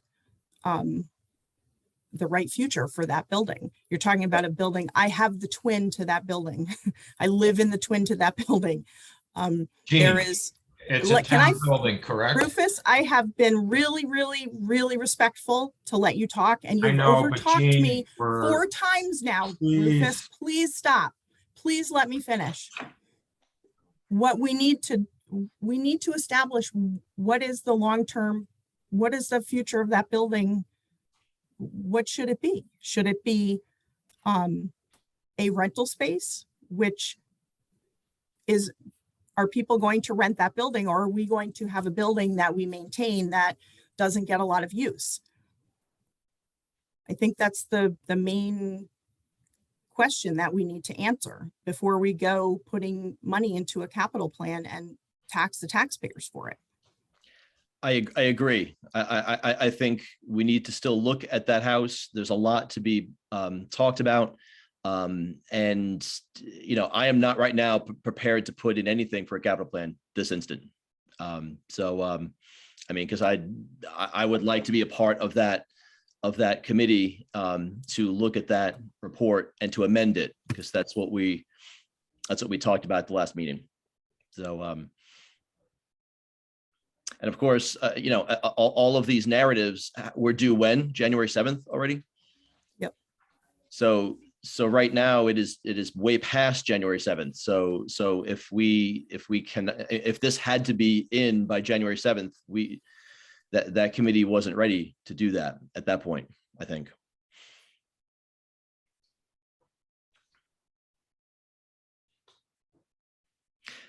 So for me, I'd like to just focus on what we've talked about. Just one thing, Gene, twice you've said, you know, you don't want to overtax people. Nobody is going to pay any taxes for the capital plan in 2027. Yes, we are. That's when, Not if those numbers get decreased. You can't add to them, but they can be decreased. right, but It's still a 5-year plan. correct, All right. but we're So if you taxing the change tax- your mind, is it considered a municipal building at the moment? It is a municipal building. It absolutely is a municipal building right now. So do they have to be ADA compliant? Absolutely. Then If it should have a if there are bathroom. renovations happen, if we do anything to the building, it has to meet the ADA compliance.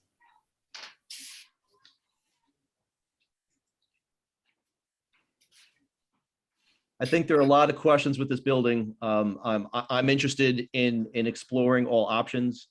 But again, I am not ready to put in numbers for the capital plan for this. If we had talked about this earlier, maybe at the last meeting, maybe. But I was focused on being at the last SWIFT task force meeting. We talked about an amended charge, and we talked about the plans moving forward, which, you know, could be changed. So so having said that, I mean, So the only other way to make any progress within now 6 years, not even 5, is to have a special town meeting and present a special budget. To do a supplemental allocation. Yeah. I mean, we can't put a placeholder for 2027 based on the budget that was presented last year. Based on the report, the 120,000, There's a budget in the report, yes. For proposed improvements. I'm not really comfortable. Partly because I think there's not enough information. And also I think the prices of materials and services have changed wildly since then. So I'm not, looking at 15,000 for an ADA compliant bathroom is like,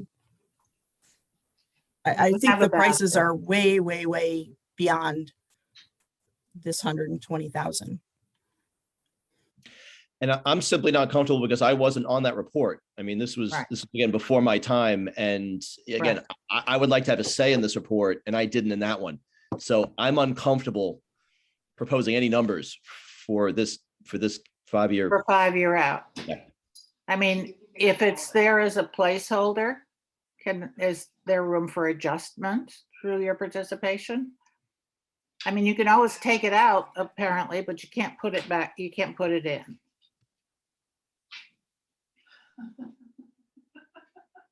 I'm just not comfortable with putting in a placeholder where we don't, it's just, there's not enough known. I really don't think there's enough known to be able to do it. Just looking at the report again. No, I agree, because we could meet and talk about this, and does the town keep this building? Does it not? I mean, there are a lot of questions still swirling around this. And again, I want to look at all options. I want to look at all all ideas. But I think we need to do another report. I would like to amend this group, because this group still wants to meet. But I'm also just not comfortable with putting a number in here tonight.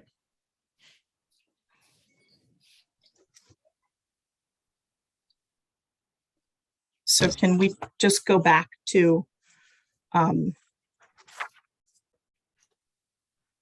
where we settled on? Do we want to make a motion? Do we want a week to read the Swift House report and come back and have another conversation? I have to get this to the Board of Finance with time for them to consume what we've proposed to them for their February 16th meeting.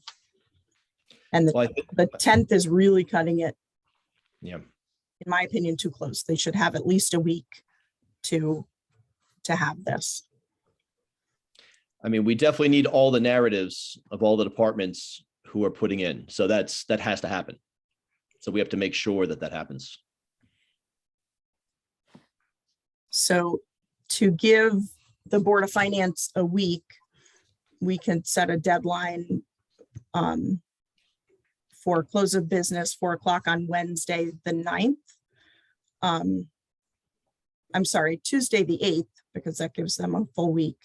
Tuesday, the 8th, for the commission to get their narratives for the paving and drainage and for the master plan, which I do not think is a heavy lift, because I know they've been talking about the master plan for a long time. Does that seem fair? And if we don't have those two narratives, those two figures would get taken out of the capital plan when it gets delivered to the Board of Finance. If we don't get the narratives, they're automatically taken out. Okay. By 4 o'clock. Yes.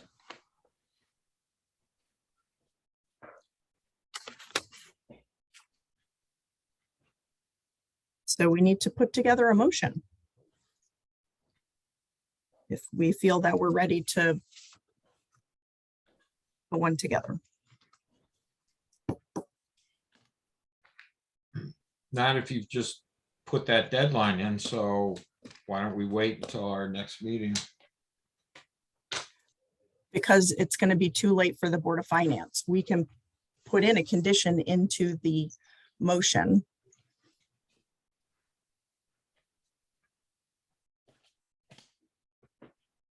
There's a question in the chat. Where are the narratives for the public to see? I don't think they're on the website, Melissa, because again, it's a preliminary draft. But I'd have to check with Barbara on that. I believe I included them in the last meeting public folder. Can you hop over there and just quick check?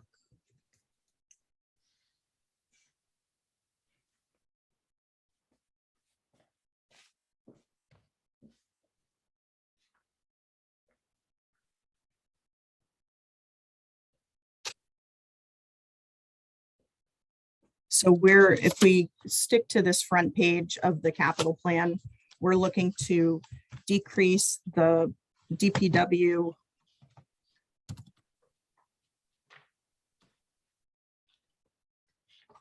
to $350,000 for 2027.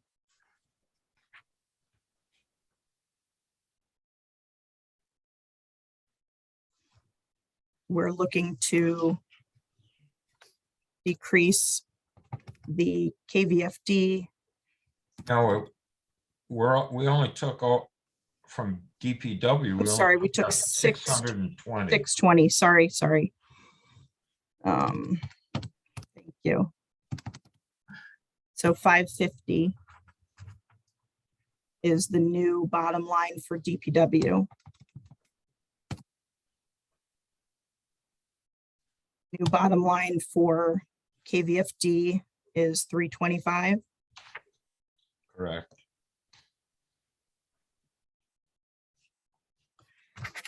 The new bottom line with the condition that we talked about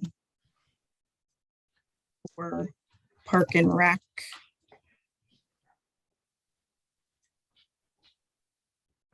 $75. But that also means that 50 goes elsewhere. Right, just on another line. Right. So it's 75, Rufus. Yeah. No.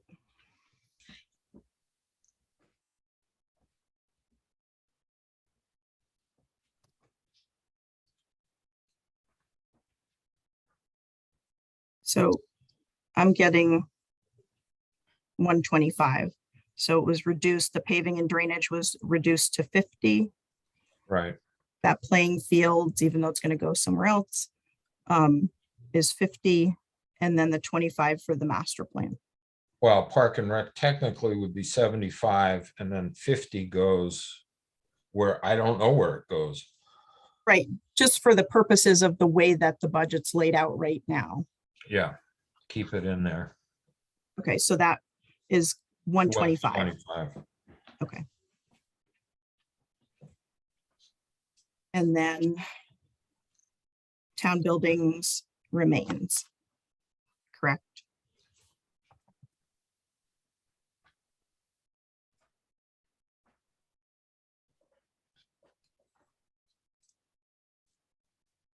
I am not adverse to putting in a hold on the Swift House for maybe $25,000 just to cover.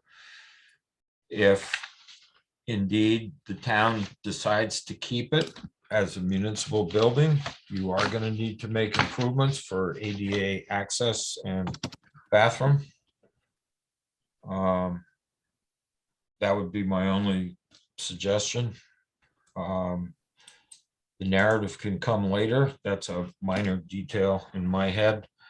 But if this town does move forward as a municipal building without ADA compliance, we're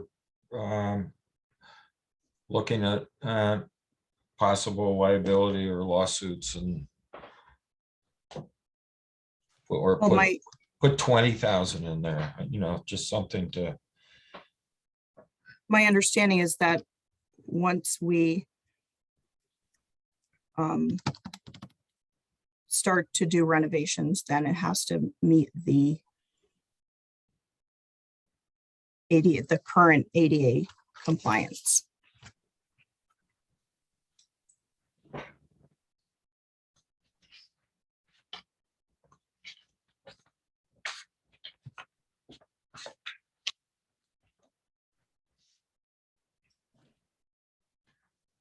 Otherwise, make a motion then for the bottom line of 1,371, 334. With the condition.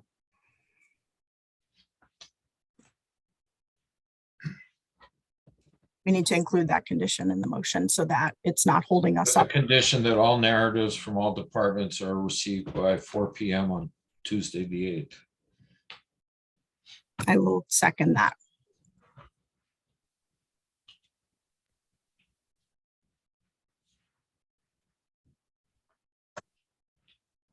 I've not been looking at the participation list. Joyce, do we have any hands up?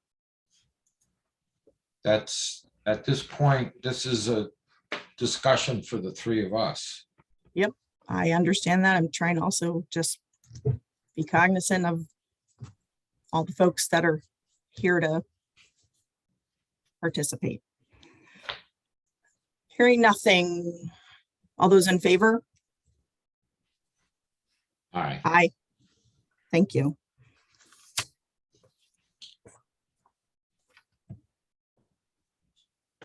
Next, we have the Town Hall Large Meeting Room, Video Conference System Update, and the Emergency Management. I'm just going to add the word proposal. So, in talking with the treasurer, I would like to make a motion that we take these two projects. You know what, I'm going to rescind that. So the recommendation is to take these to a town meeting because they would be supplemental allocations.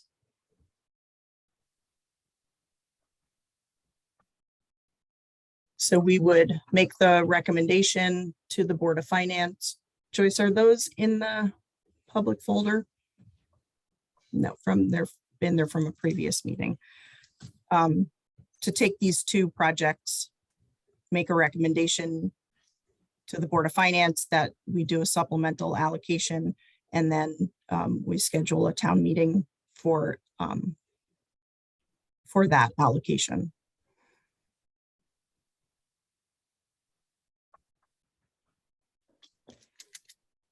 Joyce, do you know where we can find those?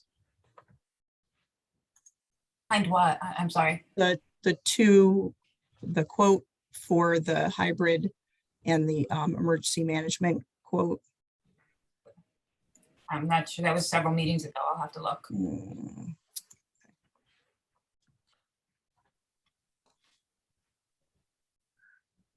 I think I found it.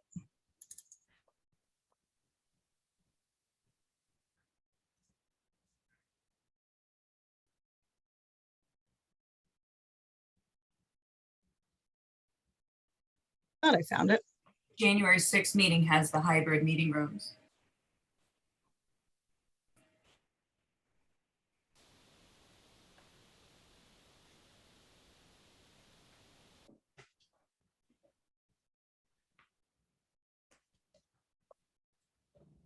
So that was, that original quote was $7,700, I believe. Apologies. I thought it was in this current folder.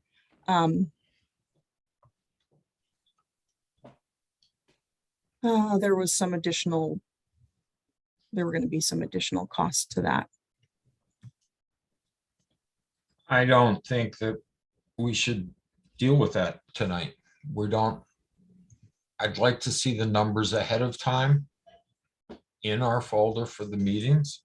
Said this before.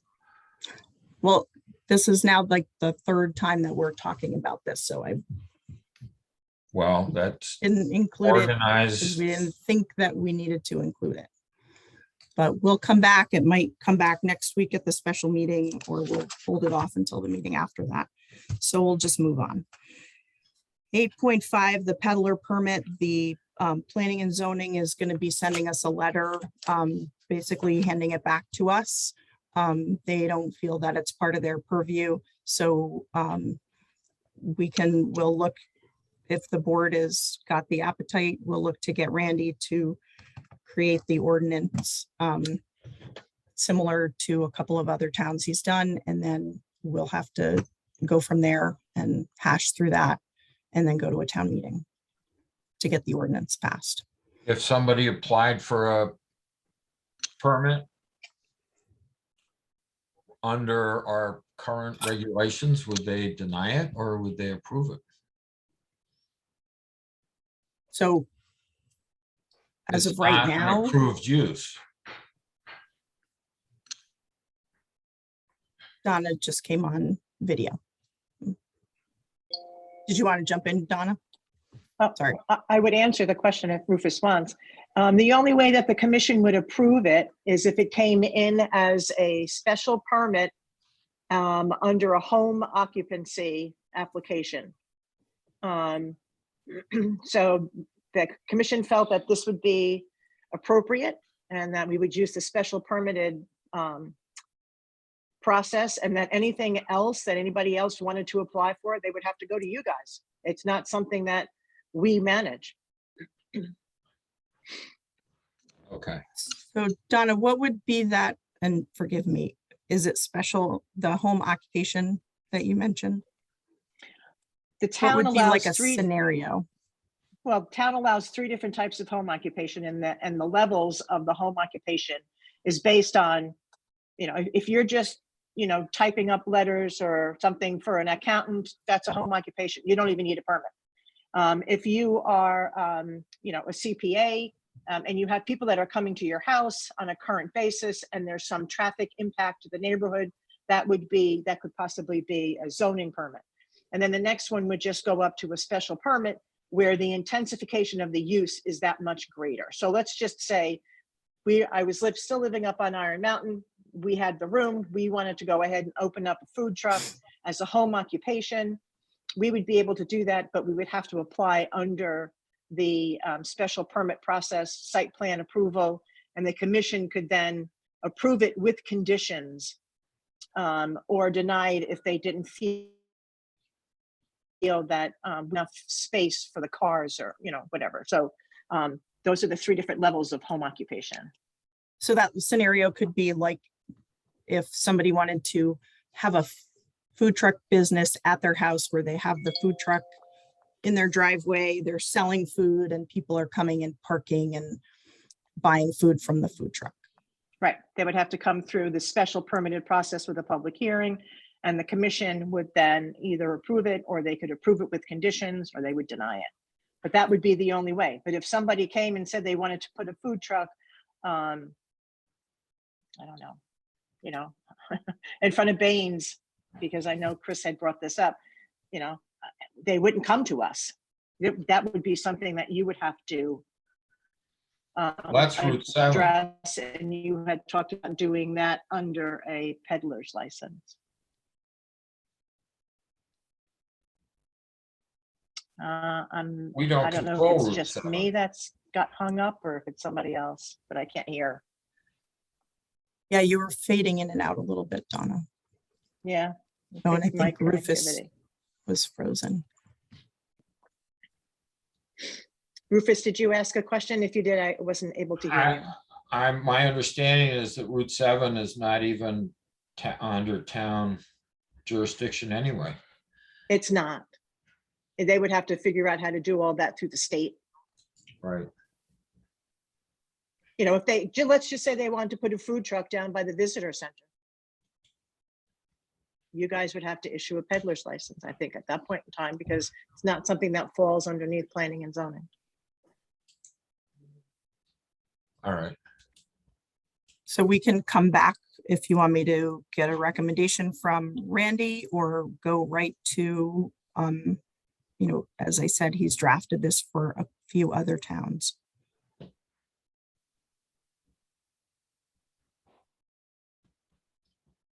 I just need direction. So what has he drafted, Gene? Something that Ordinance, blocks them? ordinance language for a number of the other towns that he's the municipal counsel for. To allow or to block?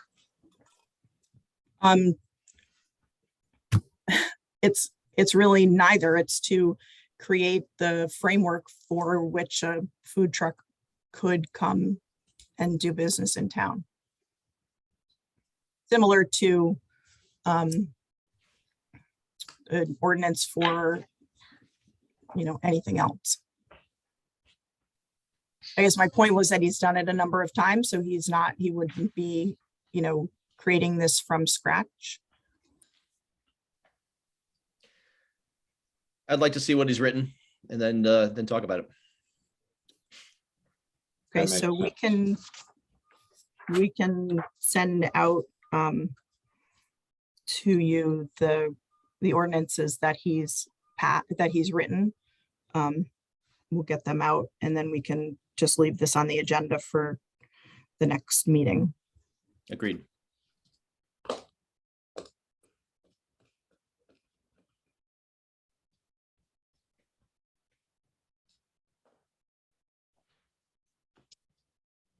Policy and procedure manual, that's going to wait until after budget season is done.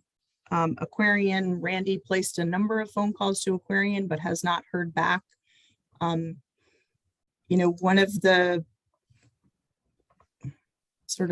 the pieces of this is this, the piece of property that Aquarian has disposed of is, we would have to purchase it, and we have no plan for purchasing a piece of property. There's not any money in the budget. I'm looking for the assessor report. The assessor report valued, appraised it at $72,500. Its assessed total value is $50,800. It's landlocked. On one side is the train tracks. It's just to the left when you get on 341. We can still wait for Randy to hear back from Aquarian. I don't really see any purpose in keeping this on the agenda. It was a statutory notification, but if you all want me to chase this down, I can continue to chase it down. We can just leave it on the agenda. I mean, do we think this is land we need? And how long is this going to go on? I mean, does this, we're getting, I don't know when the last time was that we purchased a piece of land. We have no, I don't know what even the plan would be for that. Who are the Various other sources. landowners besides the railroad tracks? The other side, I believe, is Dubray, I think, is on the eastern side. And then it abuts 341, and it's like a pie-shaped piece of property. I don't know what the landowner is on the southern-ish boundary. so that this was first on the Board of Selectmen agenda in September. So this is going on for some time now. And do we need this land? Do we need Randy to act on this? I mean, it just seems to me that this is going nowhere. Yeah, I think that we can close the loop on this. It was, again, by statute, Aquarian has to notify us. Yep. If you want to see the statute, it is 16-50C subsection B. It is Hear an about that. adventurous read at the very least for someone who has a lot of love What for was reading the- statutes. Gene, what was the acreage? 8.3. And when does the statute run out? Like, how much time do we have to make a So there decision? was I believe it was, I think there's a 90-day first right of refusal to purchase it. And then, but we could still purchase it if we wanted to. It goes out to a number of, they're required to notify a number of organizations. You can read it in the statute. Like I said, it's a very dense read in the statute. So have you spoken with Randy about this? I mean, what does he have any opinion? He's waiting to get to Aquarian. He's waiting to hear back from Aquarian. He did. I don't want to speak for him. Yeah, but so when he's you- waiting back from Aquarian, and what's Aquarian going to say? That we can still purchase it, or that? I mean, it just seems like this is just spinning. Darlene's got her hand up. Sorry, hang on one second. Len just asked the question that I was going to ask.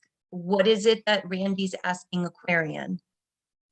Aquarian did what they were responsible to do by notifying the town that they had the option to purchase this parcel.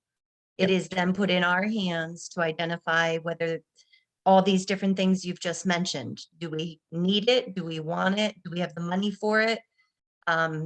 That's what the time frame that the statute gives the municipality is to do an analysis to review whether we needed it, wanted it, have the money.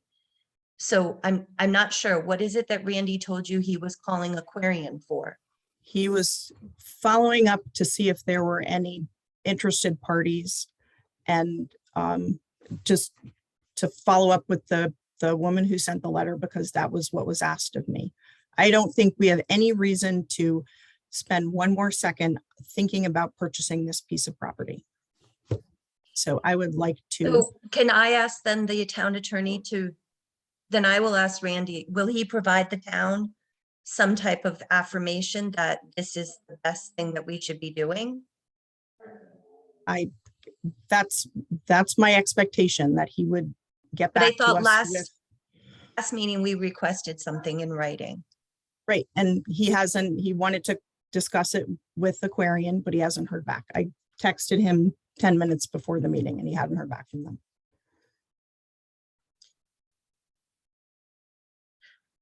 So I guess I'm going to put myself on record personally, and this is not as town clerk, is that I'm qualified enough to say that this is not a parcel that potentially we may be interested or wanted.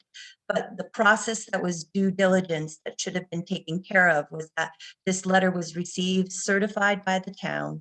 There should have been action taken, review of it taken, and there should be an actual motion by the Board of Selectmen to say qualified that we were not interested, so that Aquarian then would have received a letter from the town saying, we did what we were supposed to do. And this continued to be put off every single meeting. And it's referred to in the minutes that we were continuously still waiting from town attorney. And I guess to just end my comment, I don't think this is an acceptable way to process something that by statute is required of the town to acknowledge. I'll have to reread the statute. I don't know that we have to officially decline to Aquarian that we are taking. Well, I don't know that we don't, again, Jean, I read the statute. I don't think that we need to. I think that in any practice of business, that if somebody offers you the first right of refusal or the option to look into something, that would be a responsibility for us to respond to them. That's my first scenario. Mhm. Secondly, I think that, it's just a courtesy of neighbor to neighbor that we would want to do that. Mhm. And I think as a board, when you're representing the town of Kent, that you've had an option to purchase land, You know, we have a whole nother committee that's being developed to look into how do we put money aside for the purchase of land, but yet this is how we're managing an option. And again, I know there's a whole nother layer to this, that the land may not qualify, it may not be a wanted parcel. I get that. But if this is how we manage those requests, the next time it's gonna be the field that the community would have wanted. And that's how we took care of this. So we'll make sure that this stays on the agenda and we get an answer and opinion from Randy for the next Thursday's meeting so that we can officially close the loop on this. Well, just building on what Darlene just said, by all rights, we should at least walk or go look at the land, understand it visually, see what the piece is, have a map. You know, that as just a basic first step.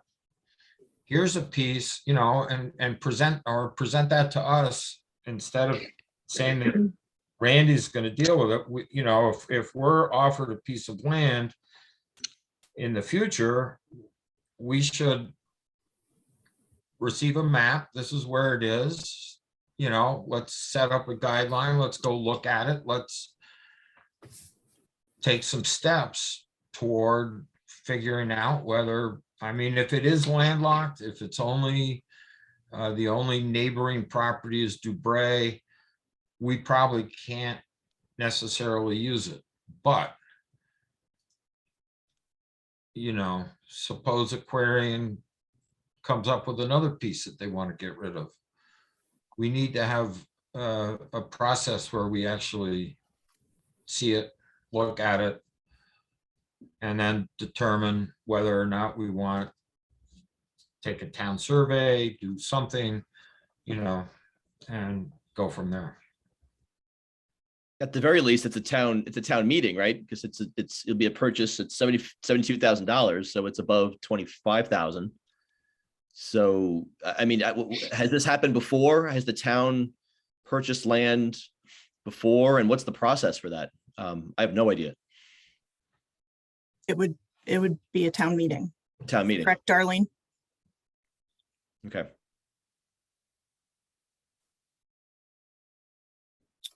Donna, thank you. Sorry. No, that's okay. You know, I'm wondering if the map or this request was ever shared with the Sewer Commission. Because I believe the Inland Wetlands Commission walked that property at one point in time with Club Getaway as a possible alternative to hook up to the town sewer.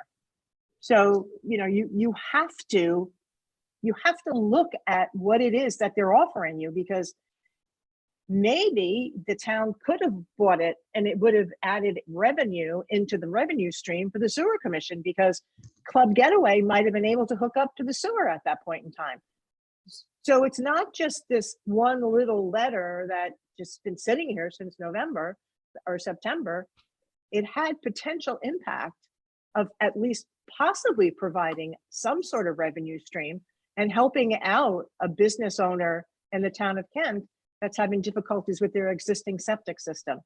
So I agree with Darlene. You know, I mean, you get a letter like this and you have to actually act on it.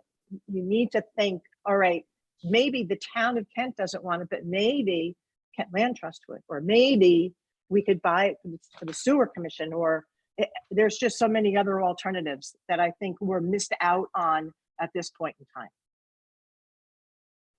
Okay. Thanks. Ed, you have your hand up? I'm just going to make one quick comment about the property. Part of that property also is considered contaminated soil, and the settlement was made with the state of Connecticut for that well that's down in that lower section, just so you also know. But that's all I wanted to say. I'm familiar with the property, and I don't think you should waste any more time on it until you get the correct hearings, and next time make the process a little bit easier. Thanks, Ed. Thank you. Can we move on? So just what's the next step here, to be clear? We'll keep it on. Keep it on. I will get The letter did have a map with it, but I will send out the letter again. We'll send out a map. We'll send out the assessor report and we'll hear back from Randy. And we'll keep it on the agenda. Okay. Is Rick still with us? Doesn't look like it. Oh, he needed to get over to No. there he is. Huh? Sorry about that. The next item is transfer station manager, new hire recommendation for transfer station attendant. It's actually a rehire. Zach Wilcox had moved away. He came back, and since we didn't have the last attendant we hired went to become a trooper, I would like to hire Zach back. I'll make a motion to rehire Zach Wilcox to as a transfer station attendant at the current hourly rate. Second.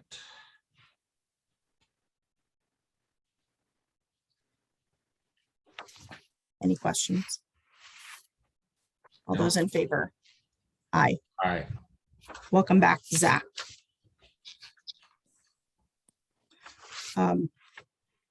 Pandemic update are, the numbers in the towns are always at least a week in arrears. Ours are still a little bit high, but they're definitely receding as they are all over the state. I imagine we'll see a massive decrease with the new numbers on Monday. Our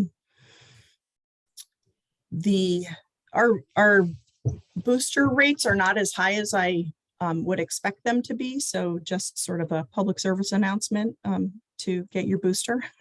Marvelwood is going to be having a vaccine clinic. Hussey is having a vaccine clinic, so there are still, and you can get them a lot of places. I think everybody knows this. I do want to give a big shout out and big thanks to Semaphore. We are in the sort of week one of a probably 2 or 3 week transition plan to the new testing vendor. But since this second mobilization of the test site on September 30th, Semaphore processed almost 3,300 tests since that, basically fourth quarter of the year, which is an enormous amount of tests that they swabbed the public for. They provided really great customer service on site. I spent the last 2 Christmas Eves with Lisa Ives from Semaphore, just handling one-on-one customer service issues. She has been just beyond incredible to work with, and we're just very appreciative. I get a lot of positive feedback from the team on site. From what we know right now, the team on site, which is really sort of what matters to us, they're going to be staying in place, and Ren will just be the back end, the processor. They are looking at doing a completely online registration process where instead of filling out a piece of paper form, you go online, fill out a digital form and get a QR code to bring to the test site, but you can also do paper forms at the site. So again, it's about a 2-week transition timeframe we're looking at, and they did have to change the schedule, which is unfortunate because we had really, gotten into a nice routine. So the test site will be open. Good golly, Tuesday. Oh my goodness, I can't believe I can't remember. It's been a long day. Give me 1 second. Pretty sure it's Tuesday, Thursday, Sunday. And this was all happening very, very last minute, Monday, Tuesday evening, to get this all into place with DPH. Oh, let's see.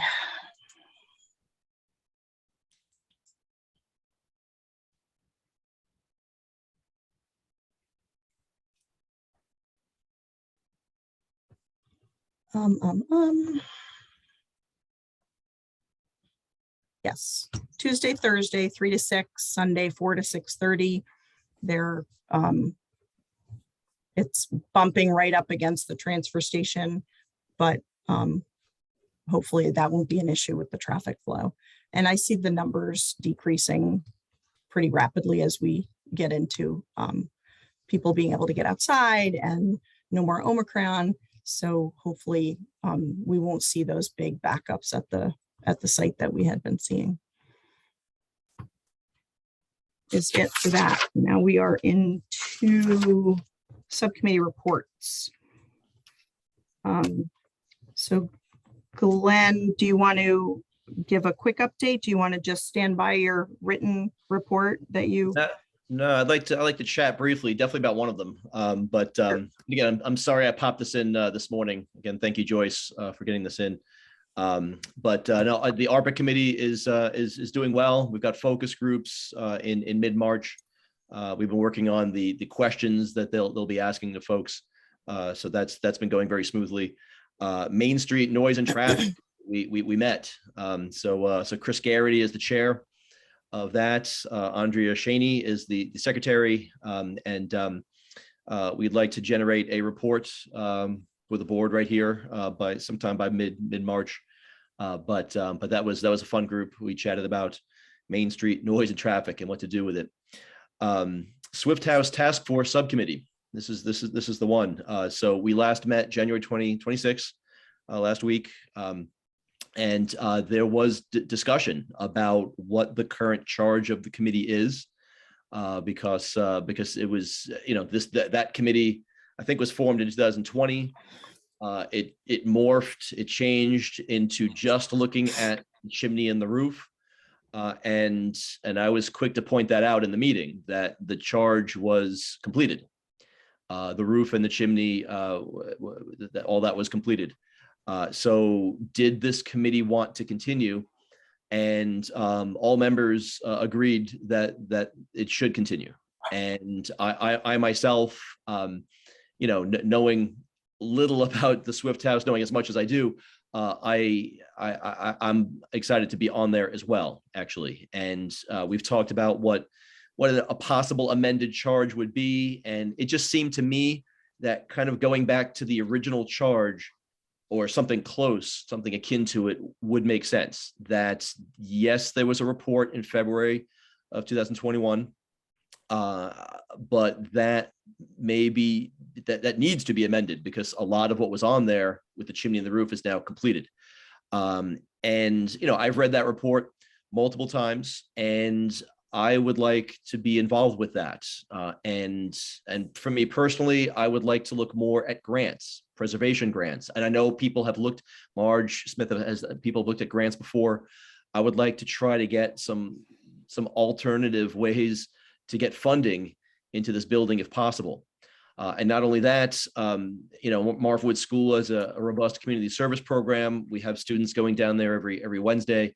I've asked the community service director here, would some of our kids be willing to do some at least landscaping work when it gets nice in and around the Swift House, and they were very eager for that. So, I've read the report. I've seen this through the months and now the year plus, and I would like to be involved with it, and everyone else would as well. That is why I have a possible amended charge. We could talk about this, but before we get to the amended charge, I have a question. I just found out fairly recently that there is a budget for the Swift House. It's roughly $13,000. And I just want to be clear with this board, who has the final purview with the Swift House?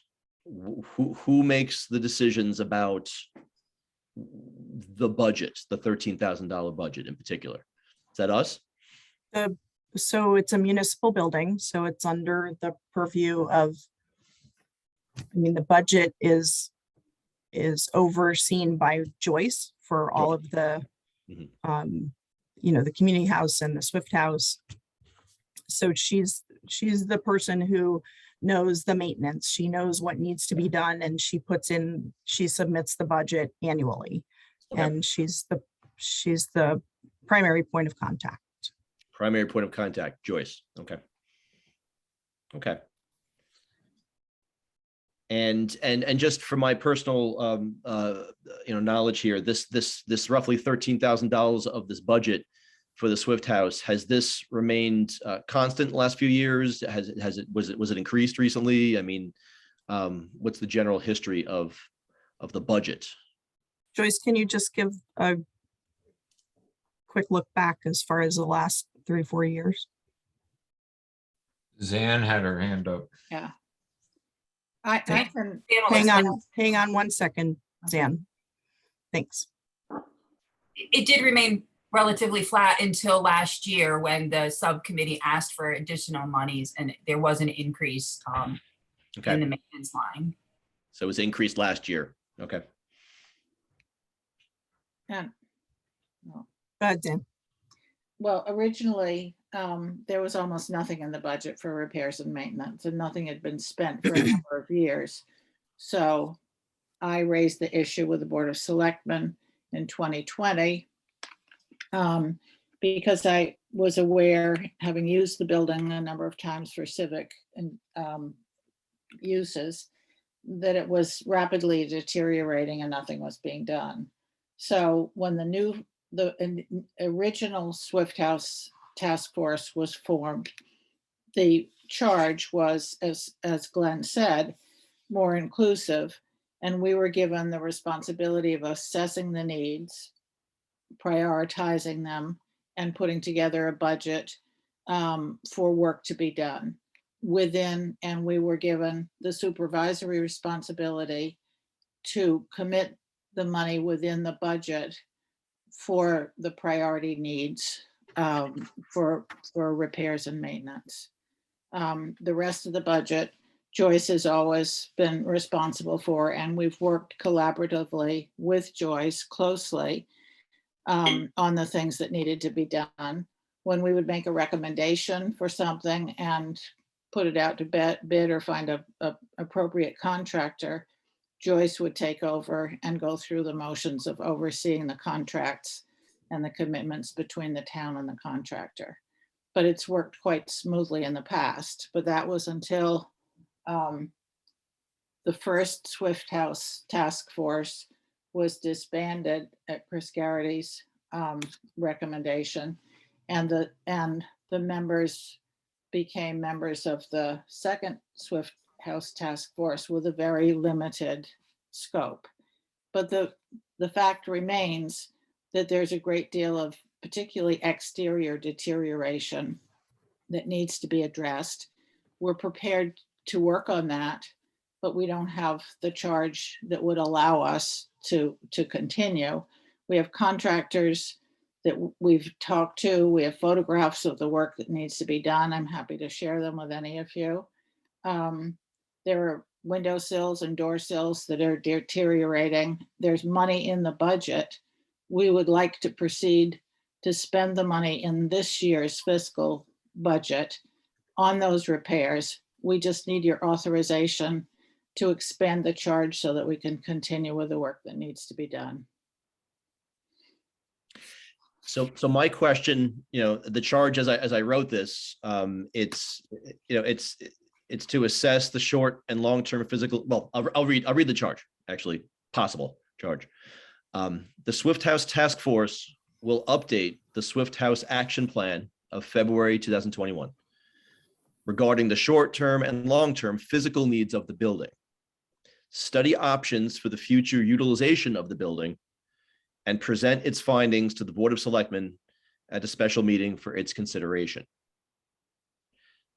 So I view that charge, I view that group as looking at what to do ultimately long-term for this building. We look at all options, everything's on the table, everything. And I have no idea how long this will take. I don't think the group does. I have no idea. Some of this is redundant because there is a report, but I would like to make this way more comprehensive. And I would like ultimately for us, the Board of Selectmen, to decide what to do with this building. Do we keep it? Do we renovate it and make it into something else? Do we get rid of it? All of these questions are on the table. And I think there's just has been in the past some just confusion about this building and where it's going. And I just want some resolution, one way or the other.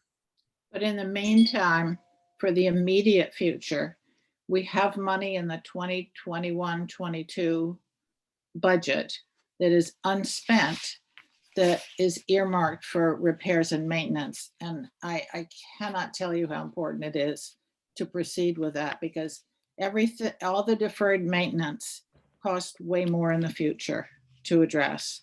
And, you know, since it was budgeted for that purpose, we'd like to have the authority to go ahead and recommend spending it. So yeah, I th- we need okay. to get the charge updated first, Can we do that because now? right now the committee has completed its work. I completely understand that you all want to stay as a committee. So the one thing that I really think that needs to be added to the charge is a time frame. Mhm. There's already a report, so that heavy lifting was done Yes. with a survey. You know, I'd like to see something in,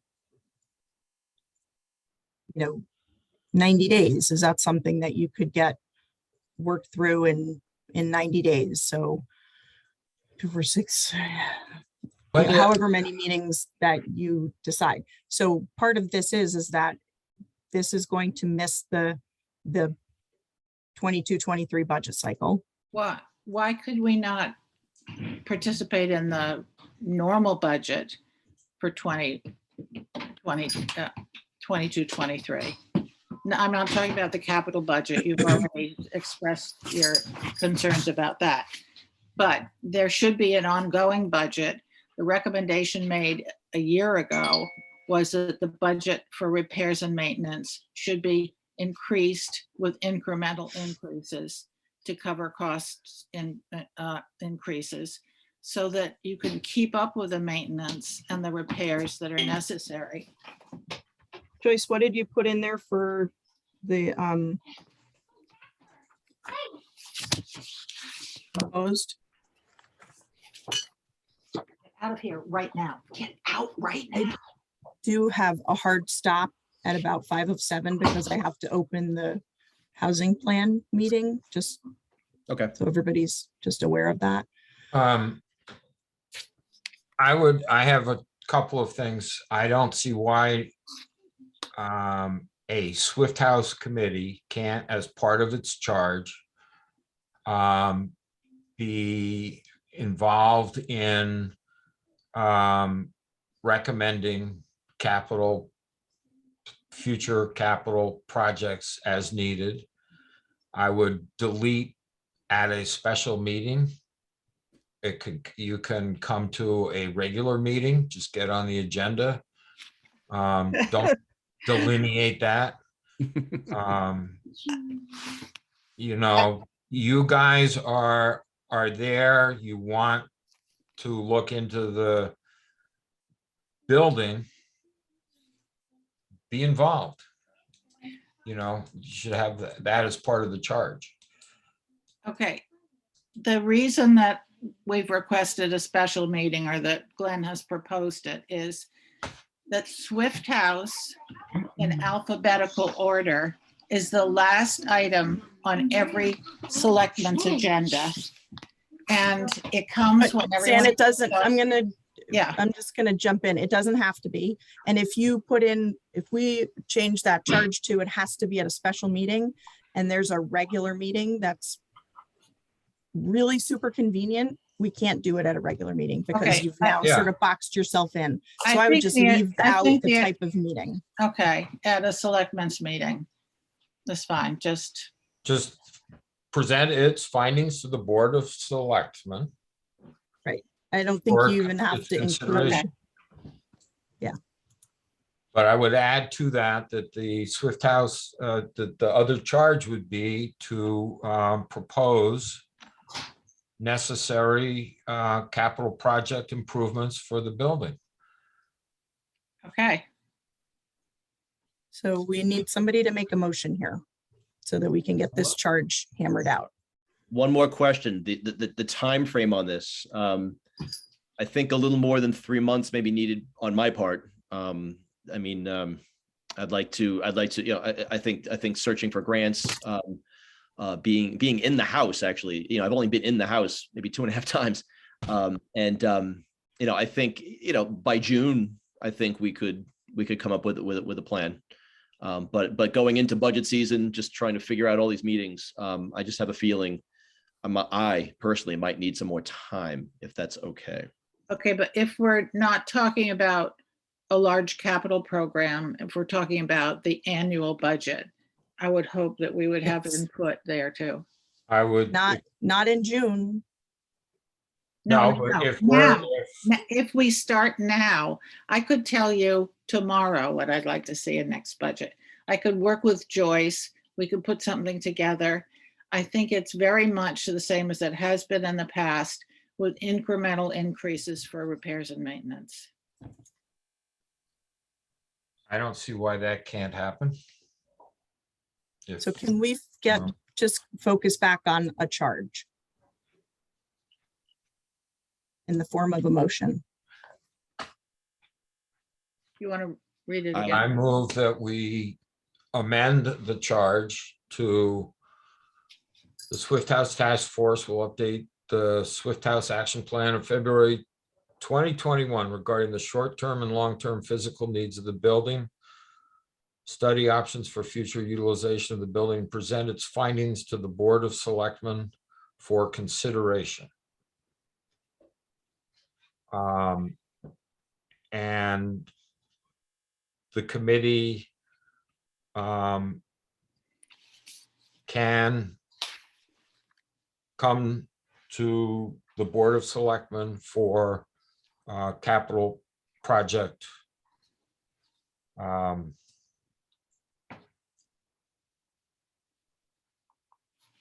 tranches. I don't know what word you want to use there. I mean, that give them some responsibility toward, you know, saying this is what we think we need and when. The original charge. of Dan, the- hang on 1 second. Rufus is in the middle of making a motion. It's gotta be is that what your motion is, a sort of trail? Well, regarding the short-term and long-term physical needs of the building, you could add proposing capital project expenditures.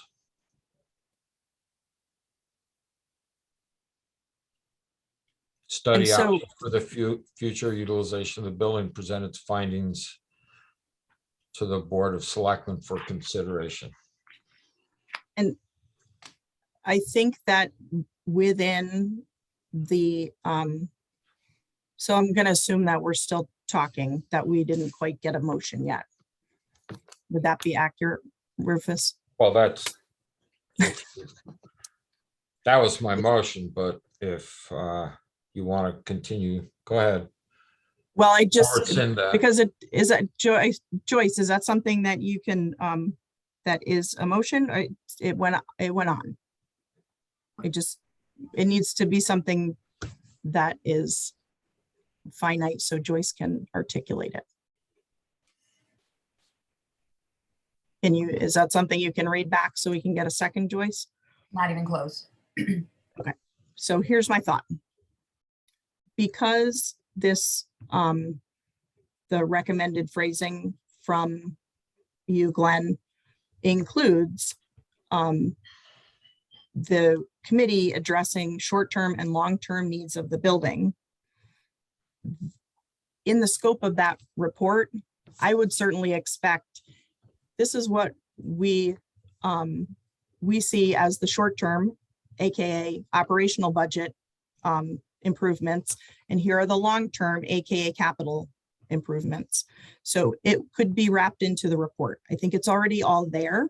I don't think we have to parse it out. I don't think we have to pigeonhole the committee. I think the way that it's written, removing the at a special meeting and maybe say by June 30th, if you guys feel that that's a good time frame to redo the report, do the research that you need to do. So that's February, March, April, May, June, 5 full months. I would like to set a deadline. If you miss the deadline, it's really just as a goal. Yeah, I'm that we can- okay with June 30th. Yeah. Okay, I'm going to make a motion that the Swift House Task Force charge be updated to read as follows. The Swift House action plan of February 2021 regarding the short-term and long-term physical needs of the building be updated, including studying options for the future utilization of the building, and present its findings to the Board of Selectmen for its consideration by June 30th, 2022. By June 30th, 2022. Sorry, It's okay. I'm okay with that. need a second. Second. Can I ask a question? What does this do to the motion that was made on October 12th by the Board of Selectmen that says, keep the subcommittee and expand the charge to include to come back to the Board of Selectmen with a prioritized list of tasks that need to be completed? They were already given this charge back in October. And I told the committee this, and it was ignored. So the committee already has this charge. I sent an email the other day. I don't know how else and where else to share this information. So, But the charge wasn't expanded.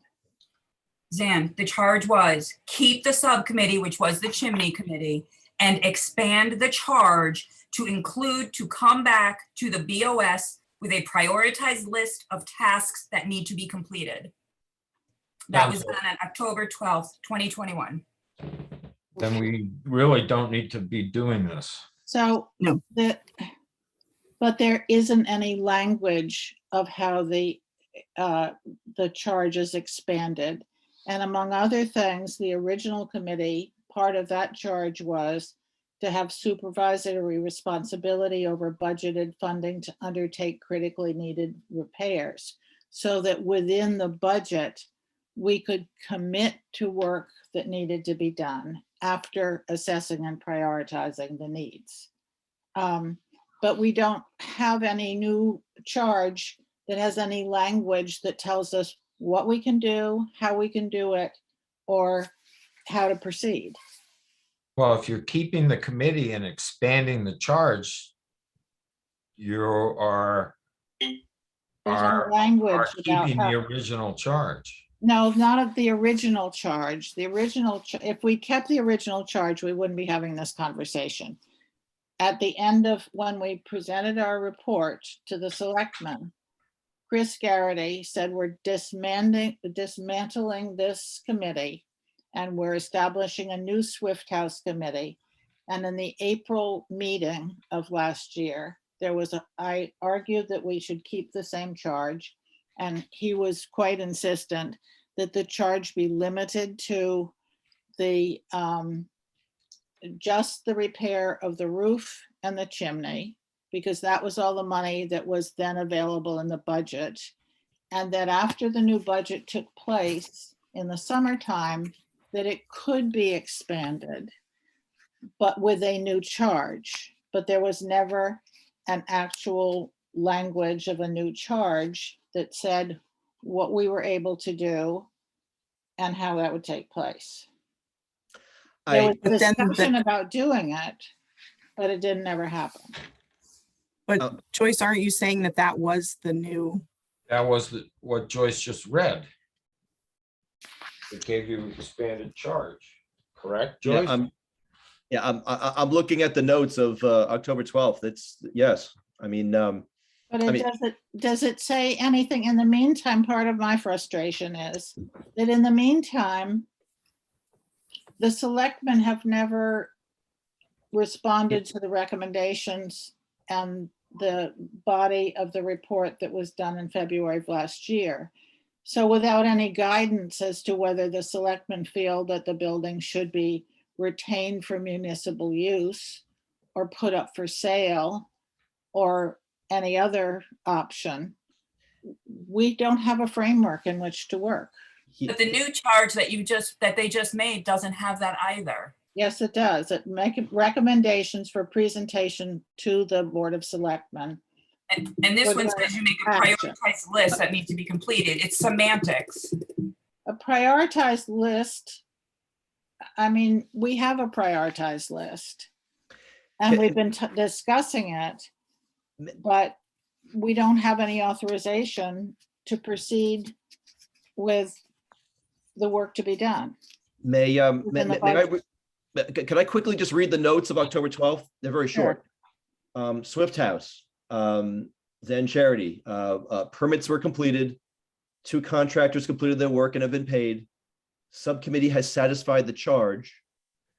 Requested BOS to extend the charge to allow the subcommittee to meet and create a priority list of next steps in the rehab and maintenance of the Swift House and bring a recommendation to the Board of Selectmen.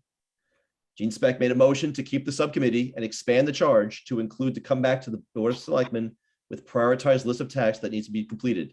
Ed Mattson seconded the motion and the motion carried. Okay. So where We does have- that leave? We have a prioritized list. I will circulate it to all of you. I don't know if we have the supervisory responsibility over the budgeted funding to proceed with it. I've sent photographs to everyone of work that needs to be done. We've met with Zan, contractors, yes. I think that if you have your list and whatnot, that gives you the right to come to us in the regular budgetary process to say, this is not a capital project, but for 22, 23, this is the money we would like to put in the budget in order to do A, B, and C. Okay, may And we? that have would be in your addition list? to whatever Joyce and so you guys should have a Mm-hmm. role at the table. And how do we proceed with getting authorization to spend the money in the 21-22 budget for exterior repairs? I in think you need to particular? continue working with Joyce Yeah, on that piece of it, that how you have been in the past. okay. And my final question is, when and how do we update the report that was made a year ago and have the Board of Selectmen have a discussion with the committee to determine what direction we're going for the future of Swift House? I don't think there's any reason. It's your report. I think you're absolutely welcome to update that report as you are working through the priority list of items. Then that And needs to be sort of added new to the deal. charge. Because it's not in the current charge. I mean, if we're going to update recommendations for the future use and study the kind of things that Glenn was talking about, could that be added to the charge so that we can have, present that and have it acted upon in a timely fashion?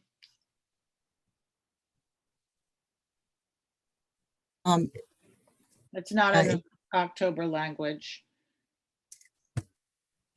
Yeah, I'd like to watch the Zoom recording of that meeting, which I And Zan, can you give us 1 week and I think with a little bit more information and I apologize. I have a hard stop in about 2 minutes because I have to open the affordable housing meeting because the Zoom is my Zoom. So we'll make sure that this is up at the top of the agenda for next Thursday so that we can get you wrapped and moving forward. Okay, next. Okay. Okay, Um, I may be very- flying next Thursday. I have to look at my flight schedule. I'm in California still, but yeah. Gee, before you go, can you rescind that motion then? Thank you. I will rescind that motion. Thank you. Very quickly, Social Services Director, we are continuing to try to find Bless you. a, good applicants. We did not have enough the first go round.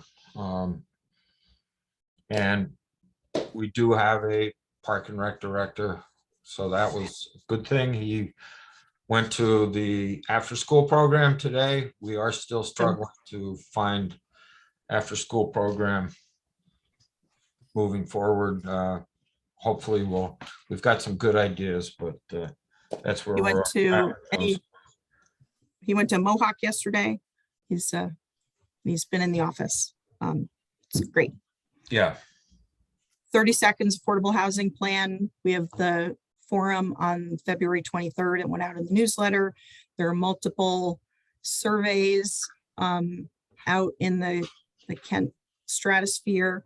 I think the best news of the day, and big kudos to Darlene for getting this stood up really quickly, as well as the Streetscape Building Committee. The bid package is on the website.